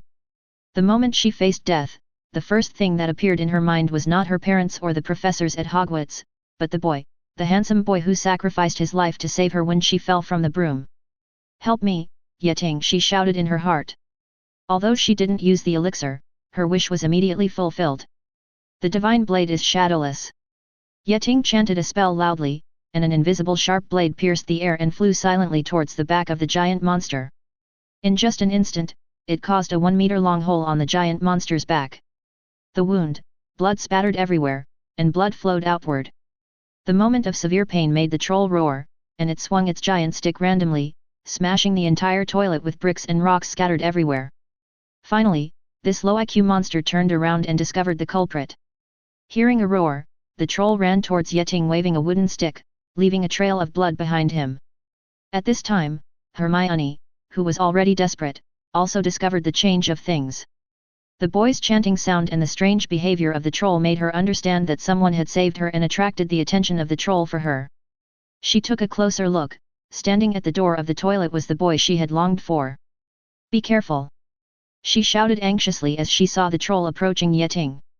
After looking around, she hurriedly picked up the gravel around and threw it at the giant monster, trying to divert the monster's attention, regardless of whether she could deal with the monster. However, Yeting heard it so much that Hermione's harassment could not be noticed at all. I saw the giant monster raising huge amounts of wooden sticks high, and then smashed it down at Yeting. However, facing this powerful blow, Yeting remained calm. He ignored the whistling wind and calmly recited the spell. Armor protection. There was only a sound of dong, and the giant monster seemed to hit the transparent wall with a full blow. The air shook violently twice, but the terrifying wooden stick still stopped 3 centimeters away from Yeting's head, making no progress. Indeed, because the trolls have strong magic resistance, even at Yeting's current level, his magic spells cannot have any effect on the trolls. Just like the disarming spell and stun spell, they have no effect on the trolls. The difference is much different, but spells such as Blade Curse and Iron Armor Curse that work indirectly through physical effects can still play a certain role. Especially when used by someone with powerful magic like Yeting, the troll did suffer heavy damage. Taking advantage of this opportunity, Yeting nimbly bypassed the giant monster, came to its back, and then hit the sink with an explosive spell. In an instant, a row of wash basins was blown to pieces, water pipes exploded, and the jet of water poured out the giant monster. The washed-up giant monster struggled to turn around, wanting to take revenge on its opponent again. Yeting held his breath, concentrated his attention, and chanted a freezing spell to it with all his strength. Since it was a spell he unleashed with all his strength, the effect was so great that it was like turning decay into magic. The water on the giant monster's body quickly turned into ice within a few seconds, and the giant monster's movements instantly stiffened. It was frozen and could not move at all. Chapter 44. When Professor McGonagall rushed into the toilet, what appeared before her eyes was a funny picture. It was a huge amount of mummy in the shape of a constantly twisting troll. It was tightly wrapped in layers of white linen, unable to move and could only twist on the ground like an insect. Next to it, Hermione, who still had tears in her eyes, was trying to use the shape-shifting spell to turn toilet paper into linen under the guidance of Yeting, and then used the movement spell and the floating spell to control the linen to tie a bow on the mummy. This scene is really weird. Even though Professor McGonagall is knowledgeable enough, it took her a while to see what was going on here. 2 little necromancers actually defeated an adult troll. Immediately afterwards, Professor Snape and Professor Quirrell also rushed in panting. The 2 professors looked at the restrained giant monster and were equally surprised and speechless. "What the hell are you playing?" said Professor McGonagall, with cold anger in her voice. "You're lucky this time, you didn't get killed by it. Why don't you just stay in the dormitory?" "That's exactly what I want to ask." Yeting asked Professor McGonagall in the same angry tone. "Before I got here, Hermione was almost killed by this giant monster. If I had come a minute later, I can't believe what happened. Why would the college let a troll stay in the corridor? Where did you put the safety of the students?" He was not pretending, but was really angry. Part of it was due to self-blame. He felt that he knew that this scene was in the plot, but failed to protect Hermione, which almost allowed tragedy to happen. Due to the butterfly effect, Hermione does not have the help of Harry Potter and Ron Weasley this time. If he comes a step later, he will really have to face a tragedy caused by the butterfly effect caused by himself. If it was Harry or someone else who was accidentally hit by the butterfly effect, he would just be a little sad for a minute at most, and then that would be it. Anyway, it is impossible for a time traveler not to cause a butterfly effect, and he does not need to take responsibility for it. But this time the accident happened not to a stranger, but to someone he cared about, Hermione Granger. He vowed to be more careful in the future, and he also decided to train Hermione and Zhongqiu in duels later, and Pinello would join in if necessary. The 3 girls have not yet realized what kind of hard training they will face. On the other hand, he was also angry at Hogwarts' lack of defense. The Harry Potter series spanned 8 years, and accidents occurred in Hogwarts every year during these 8 years. As a spectator, he found these accidents interesting and enriched the interest of the story. However, when he is now a student at Hogwarts and has someone he cares about here, these endless accidents make him feel that the future is full of crises. He couldn't wait to increase his strength so that he could protect others. At the same time, he also hoped that Hogwarts could take measures to be more cautious. This was definitely not possible. After hearing Yeting's questioning, Professor McGonagall's attitude unexpectedly softened. She apologized to Yeting, and then began to calmly ask what happened. In this regard, Yeting remained silent angrily, while Hermione described everything that happened. Then, she began to plead with Yeting, "Professor McGonagall, all this happened because I came to find the troll, because I thought I could deal with it alone, you know, because I read in the book I have been to them and know them very well. If Yeting hadn't arrived in time, I would probably have died. Please don't be angry with him because of what he just said. Yeting didn't mean to refute you. He was just worried about me and got too excited. Can you forgive him?" "Oh, if that's the case."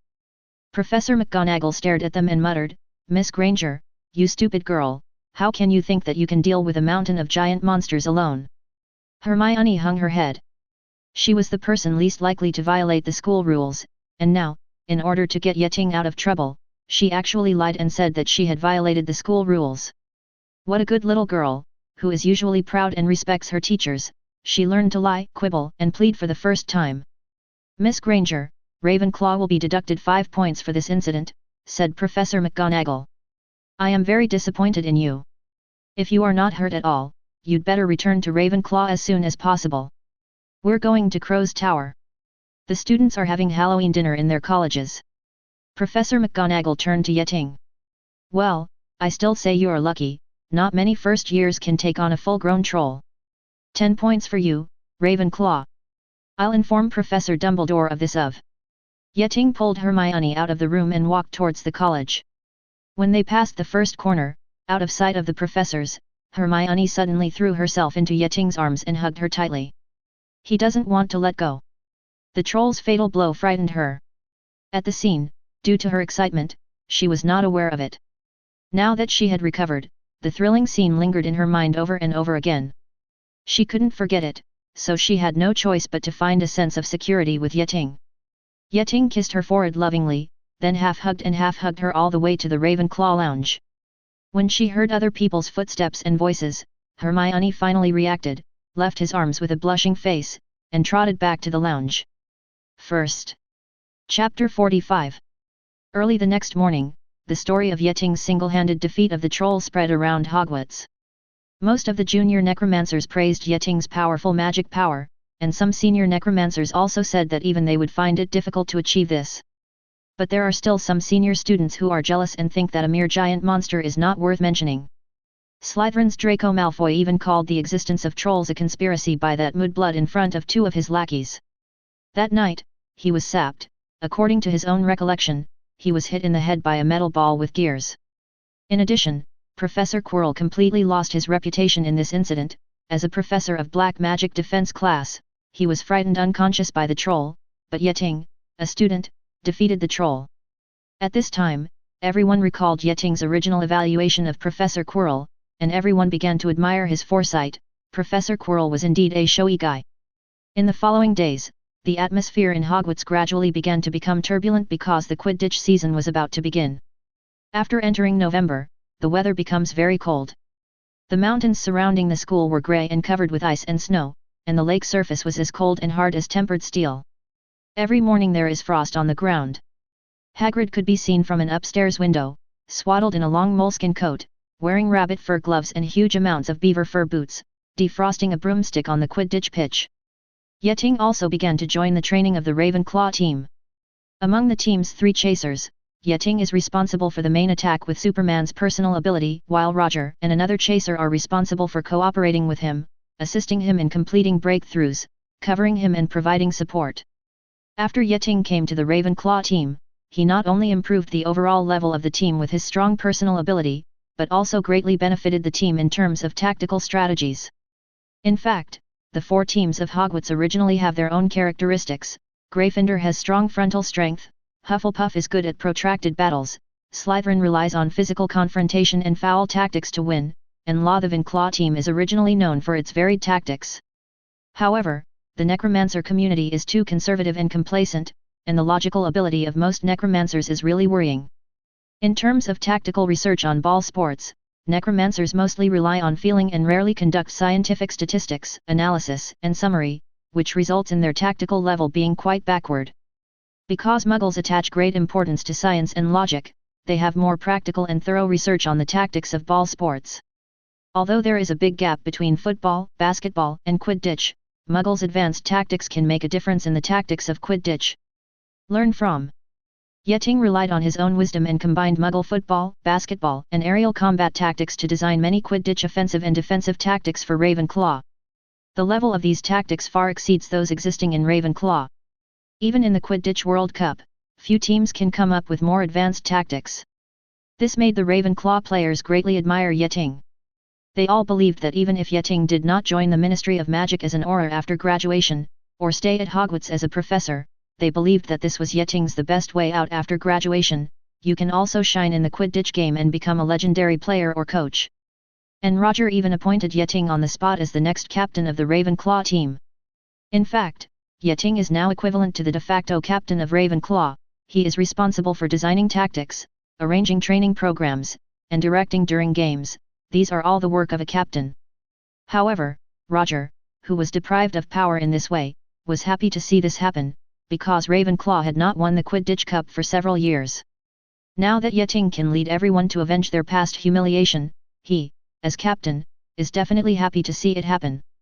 Therefore, in addition to basic exercises, the Ravenclaw team spent all their time becoming proficient in these new tactical combinations.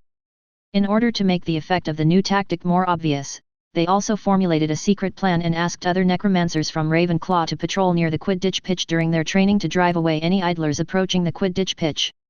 Prevent intelligence leakage. In order to give full play to their tactical advantages, Yeting designed a set of gestures for them to use for communication. After training, the team members would check each other's mastery of gestures in the Ravenclaw lounge. In Yeting's plan, he plans to train Ravenclaw into an army with laws and prohibitions, just like the Spurs in the NBA.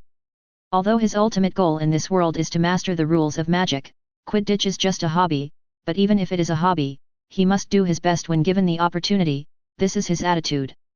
Now, everyone on the Ravenclaw team is looking forward to the upcoming Quidditch Cup, and they can't wait to shine. Chapter 46. In fact, the team for the first Quidditch match of this semester did not include Ravenclaw but Gryffindor and Slytherin from two rival houses. The day before the game, Harry Potter mysteriously found Yeting and Hermione in the library, and he and Ron took them to a corner. "Do you know? I just saw Snape at Filch's place." Harry lowered his voice and said secretly, his legs were bloody and bloody. It looked like he had been bitten by something. "I also stole." I heard him mention something. "How can you stare at three heads at the same time?" Hermione was confused. "What does this mean?" "I don't understand why you brought us here," he said. "Three heads." Ron emphasized a little louder, "As you know, Harry and I were clawed by Filch on a night trip. That was the day when we entered the place where Dumbledore was." The professor highlighted the off-limits corridors, and guess what we saw? Obviously, due to Yeting, Ron and Hermione didn't have much contact, so there was no misunderstanding between the two like in the original work, and there were big conflicts, except for the one on Halloween. That charms lesson. At that time, Ron provoked Hermione so hard that the little girl with a strong self-esteem was left alone in the corridor and was sad, and was almost killed by a troll. Although Hermione would not show off her anger to others, she had lost her affection for Ron from that day on. Presumably the plot of Flowers on Cow Dung in the original novel would never happen again. Ron definitely didn't understand this himself. At the moment, Ron's impression of Hermione was that she was a good student who was too serious and a bit difficult to get along with, but he did not dislike her. But now, he actually acted childishly in front of Hermione. Obviously, he still underestimated Hermione. "Are you referring to the three-headed dog?" "I know, there is this guy there." "Is this what you call three heads?" "What? It turns out you already knew it." Ron was a little disappointed when he failed to show off his knowledge in front of girls. "So, do you know what this means?" Harry took over and said breathlessly. He was trying to get past the big three-headed dog on Halloween. That's where he was going when we saw him. He was looking for the thing the big dog was guarding. I dare you to use my broomstick, but he let that giant monster in to divert people's attention. Obviously, Yeting was not the only one who took advantage of the chaos to leave the group. The savior duo also took the opportunity to have an adventure. But Hermione didn't believe that. No, he wouldn't, she said. I know he's not very nice, but he would never steal something from Dumbledore's carefully guarded collection. Do you think so too? Ron looked at Yeting again with expectant eyes. To his disappointment, Yeting nodded in agreement. Snape may have been sullen, partial, stingy, and didn't wash his hair, but he was a qualified professor. He was accomplished in potions and would never harm his students. To be honest, you always think that all teachers are saints. Ron said rudely. I agree with Harry. I think Snape can do anything. But what is he looking for? What is that big dog guarding? The exchange between the four ended up being fruitless. However, Hermione and Yeting were still grateful to Harry and Ron for taking the initiative to tell them all this. Yeting and Hermione's encounter with the troll on Halloween was well known in Hogwarts, and Harry and Ron were able to take the risk telling them that Snape might be the culprit was kind of zealous. Ron and Harry then invited them both to watch Harry's first Quidditch match. Early the next morning, Yeting was brought to the court by the excited Zhang Qiu, on the grounds that he was observing his opponents and collecting intelligence. Hermione came too, and she made some little flags with lions on them to show her support. In fact, she did not support Gryffindor, but due to Draco Malfoy's long-term discriminatory remarks against Muggles and his rude remarks about Yeting, Slytherin became the house she hated most. Yeting cast a spell on the little flag, and the lions on the flag moved. They walked around uneasily in the flag, and made majestic roars from time to time. Ron and several Gryffindors who had arrived at the stadium early came up to them after seeing such flags. They spent a few sequos to buy these flags. Before the next Quidditch match, let's do a few more to earn pocket money. Yeting said quietly to Hermione, who smiled and nodded. By 11 o'clock, it seemed that all the teachers and students of the school were in the stands surrounding the Quidditch pitch. Many students also brought binoculars.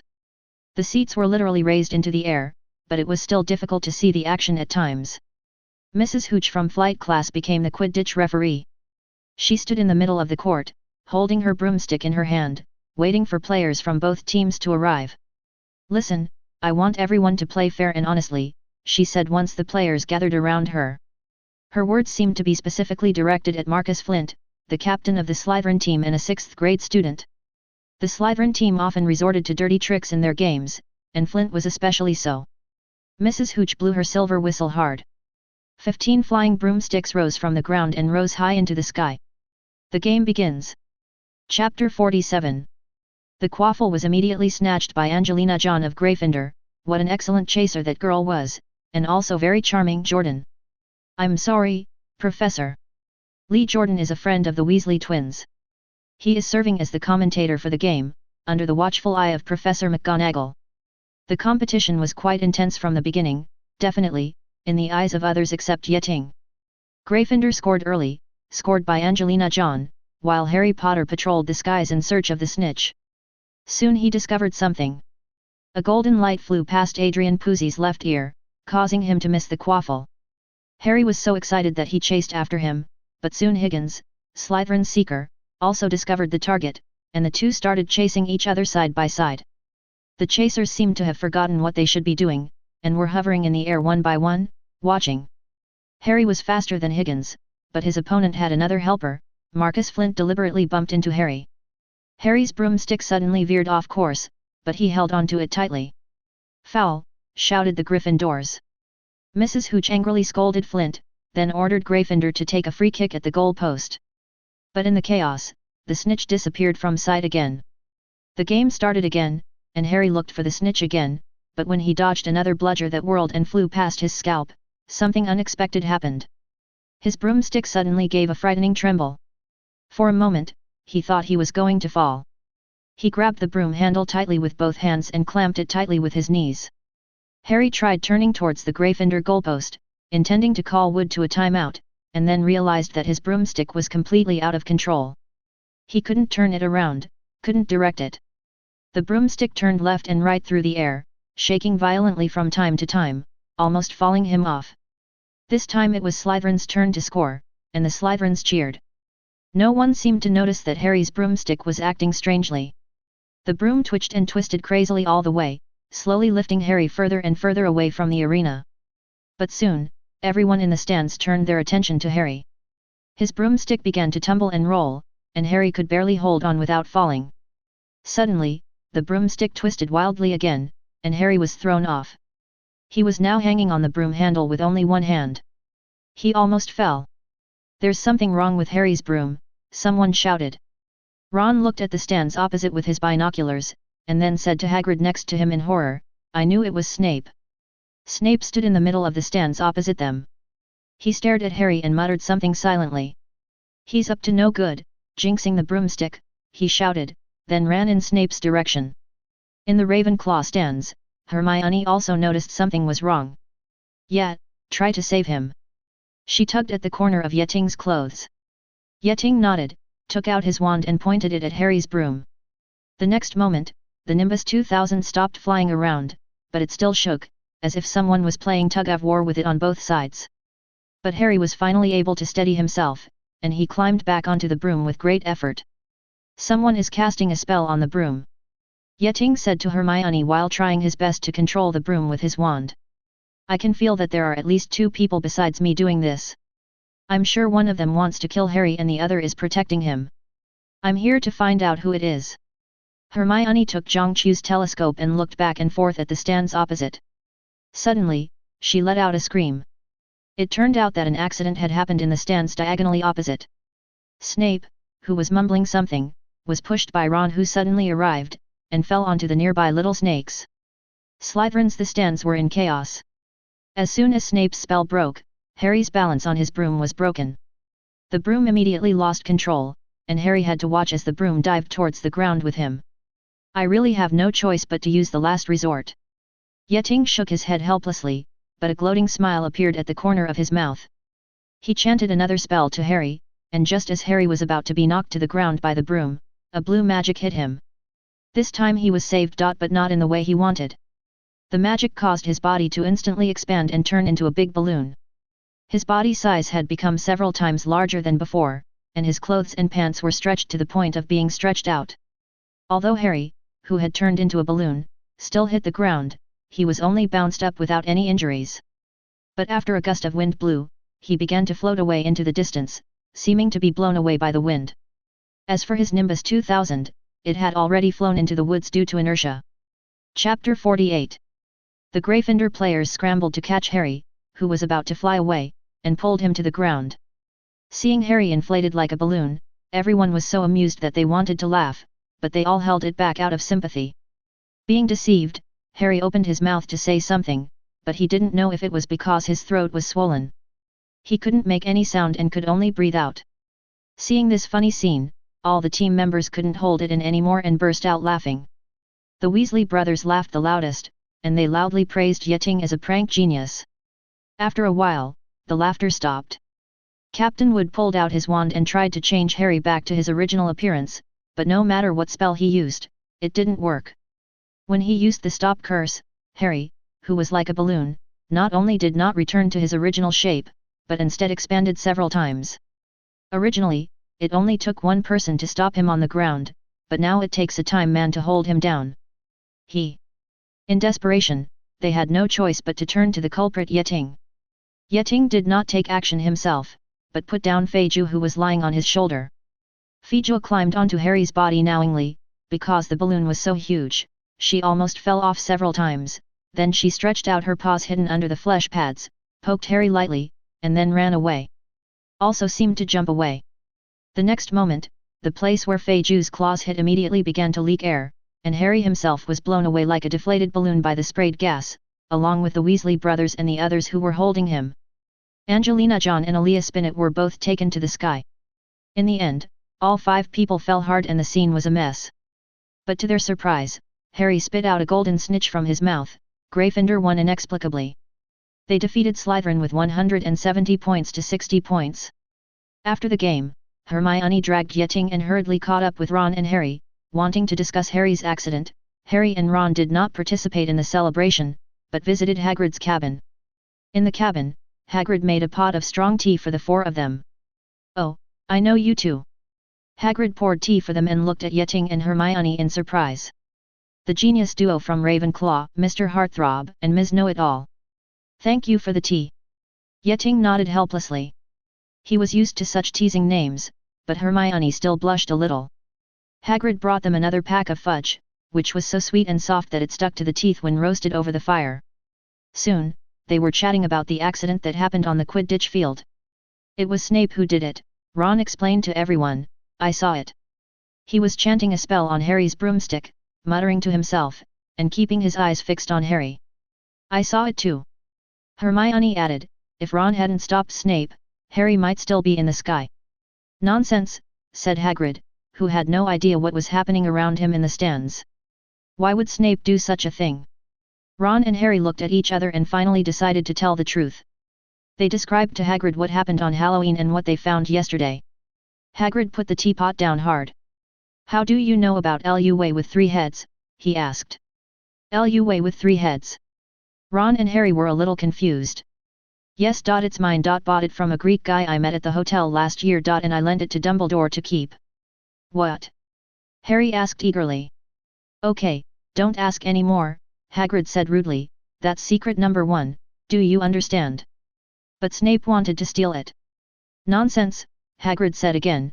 "Snape is a teacher at Hogwarts, he would never do anything like that." "Then why did he want to kill Harry?" Hermione asked loudly. The events of this afternoon seemed to have changed her opinion of Snape greatly. "I can recognize evil spirits if I see them. I've read all about them in books. You have to make eye contact with them." Snape's eyes never blinked. "I saw them." "I'm sorry, I think you got it wrong," Yeting said helplessly. "When I was using a spell to control Harry's broom, I clearly discovered that there were at least 2 forces acting on the broom before me. In other words, at least 2 people besides me cast a spell on the broom. The reason why Harry didn't fall directly to his death is that these 2 people didn't both want to kill him. In fact, only one of the 2 people wanted to kill Harry, the other kept saving him, and Snape was just one of them. 1. To be fair, you can't tell whether he has good intentions or bad intentions just by looking at him." At this point, Harry also solemnly expressed his gratitude to Yeting, including the last magic that made him inflate into a balloon. "But Snape has never liked Harry, why would he want to save him?" Hermione asked. "That's because when he was a student, Snape had a crush on Harry's mother, and he was just in love with Harry. As for why he hated Harry, it was because Harry's father often played pranks on him and married the woman he loved most." Yeting wanted to explain it this way, but it was impossible for him to say it.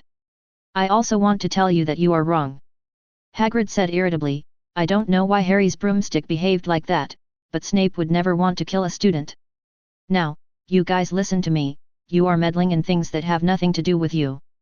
This is dangerous. Forget about the big dog and what it is guarding, this is between Professor Dumbledore and Nico Flamel." "Aha!" Harry said, "So there's a man named Nico Flamel involved, right?" Hagrid was furious.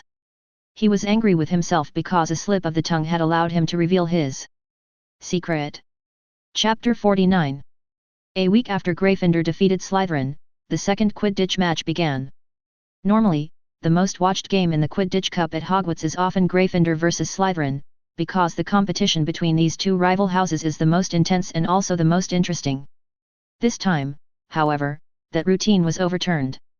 This match was between Ravenclaw and Hufflepuff, but the number of spectators was far greater than the previous one. Many girls who originally didn't like to watch Quidditch matches also actively participated. This group of yin on the stands at the Quidditch match were much noisier than before.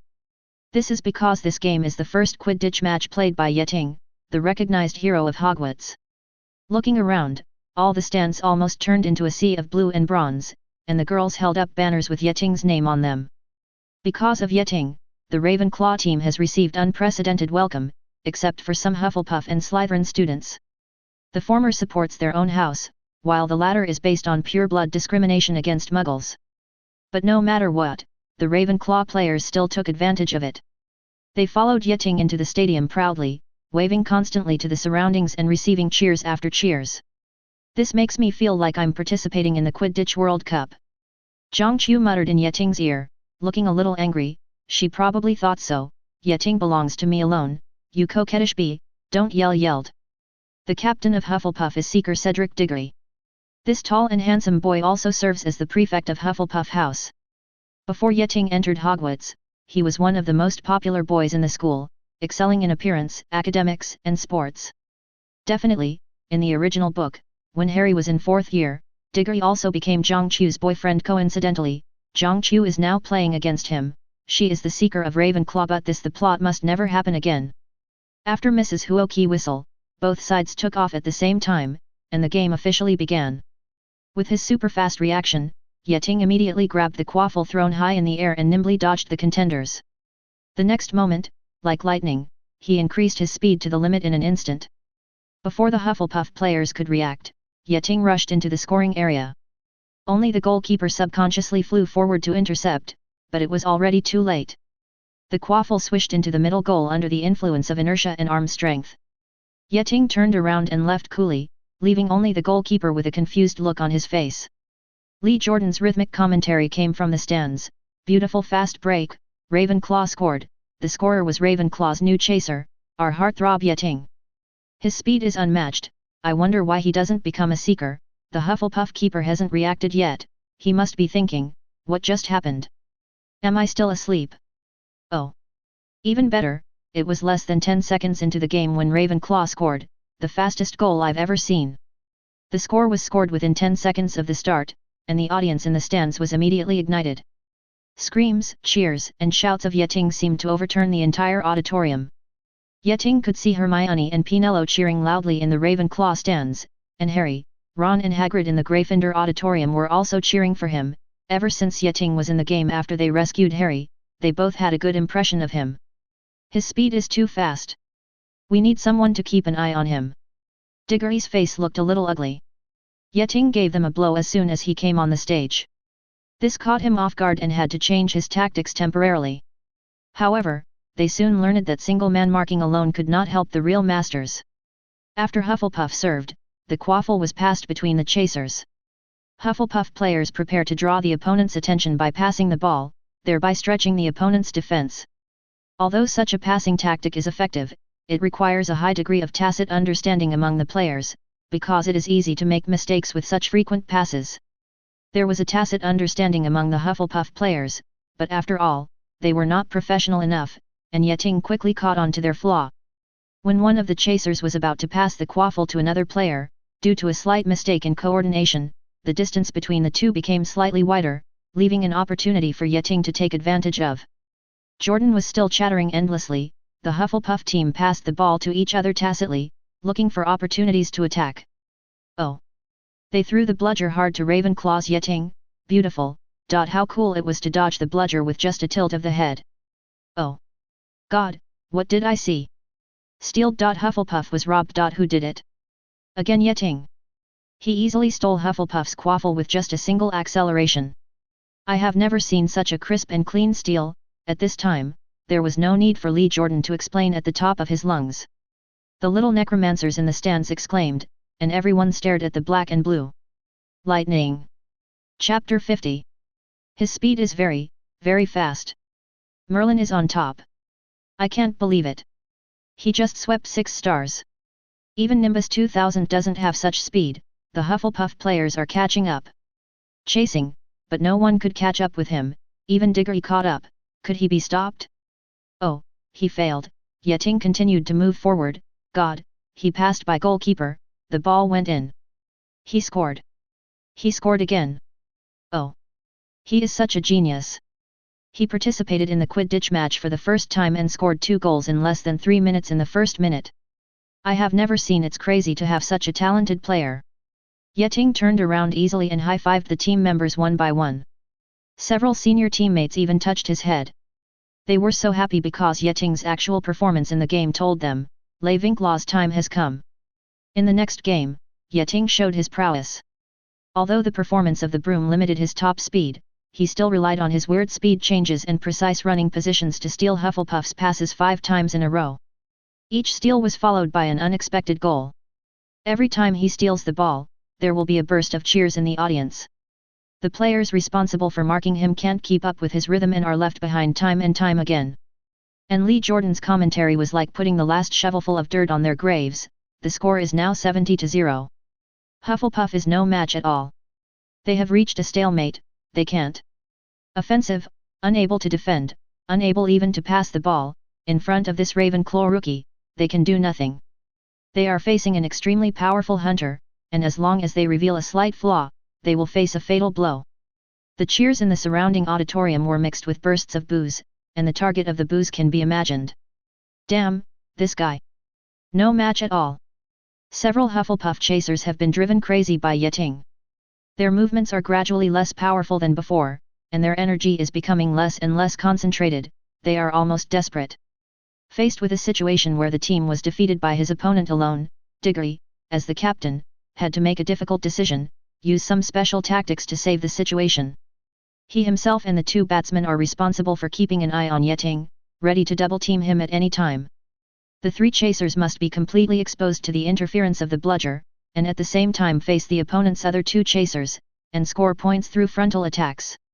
This extreme tactic requires the team to give up controlling the bludger, give up looking for the golden snitch, and focus entirely on offense. A slight mistake will cause serious consequences. For example, the opponent's seeker quickly finds the golden snitch without anyone's interference, and the game ends immediately. Or the attacking chaser is hit multiple times by bludgers without protection, causing serious consequences. Definitely, Diggory had indeed thought carefully before deciding to use this tactic. He believed that the above two dangers could be overcome in a short time. Ravenclaw seeker Zhang Chu was still a second-year newcomer. Although it has a small ability, it is unlikely to find the golden snitch in a short time, so it does not pose any threat to Hufflepuff. In the absence of batter protection, chasers can also use penetration tactics to ensure that they are not harmed by bludgers in a short period of time.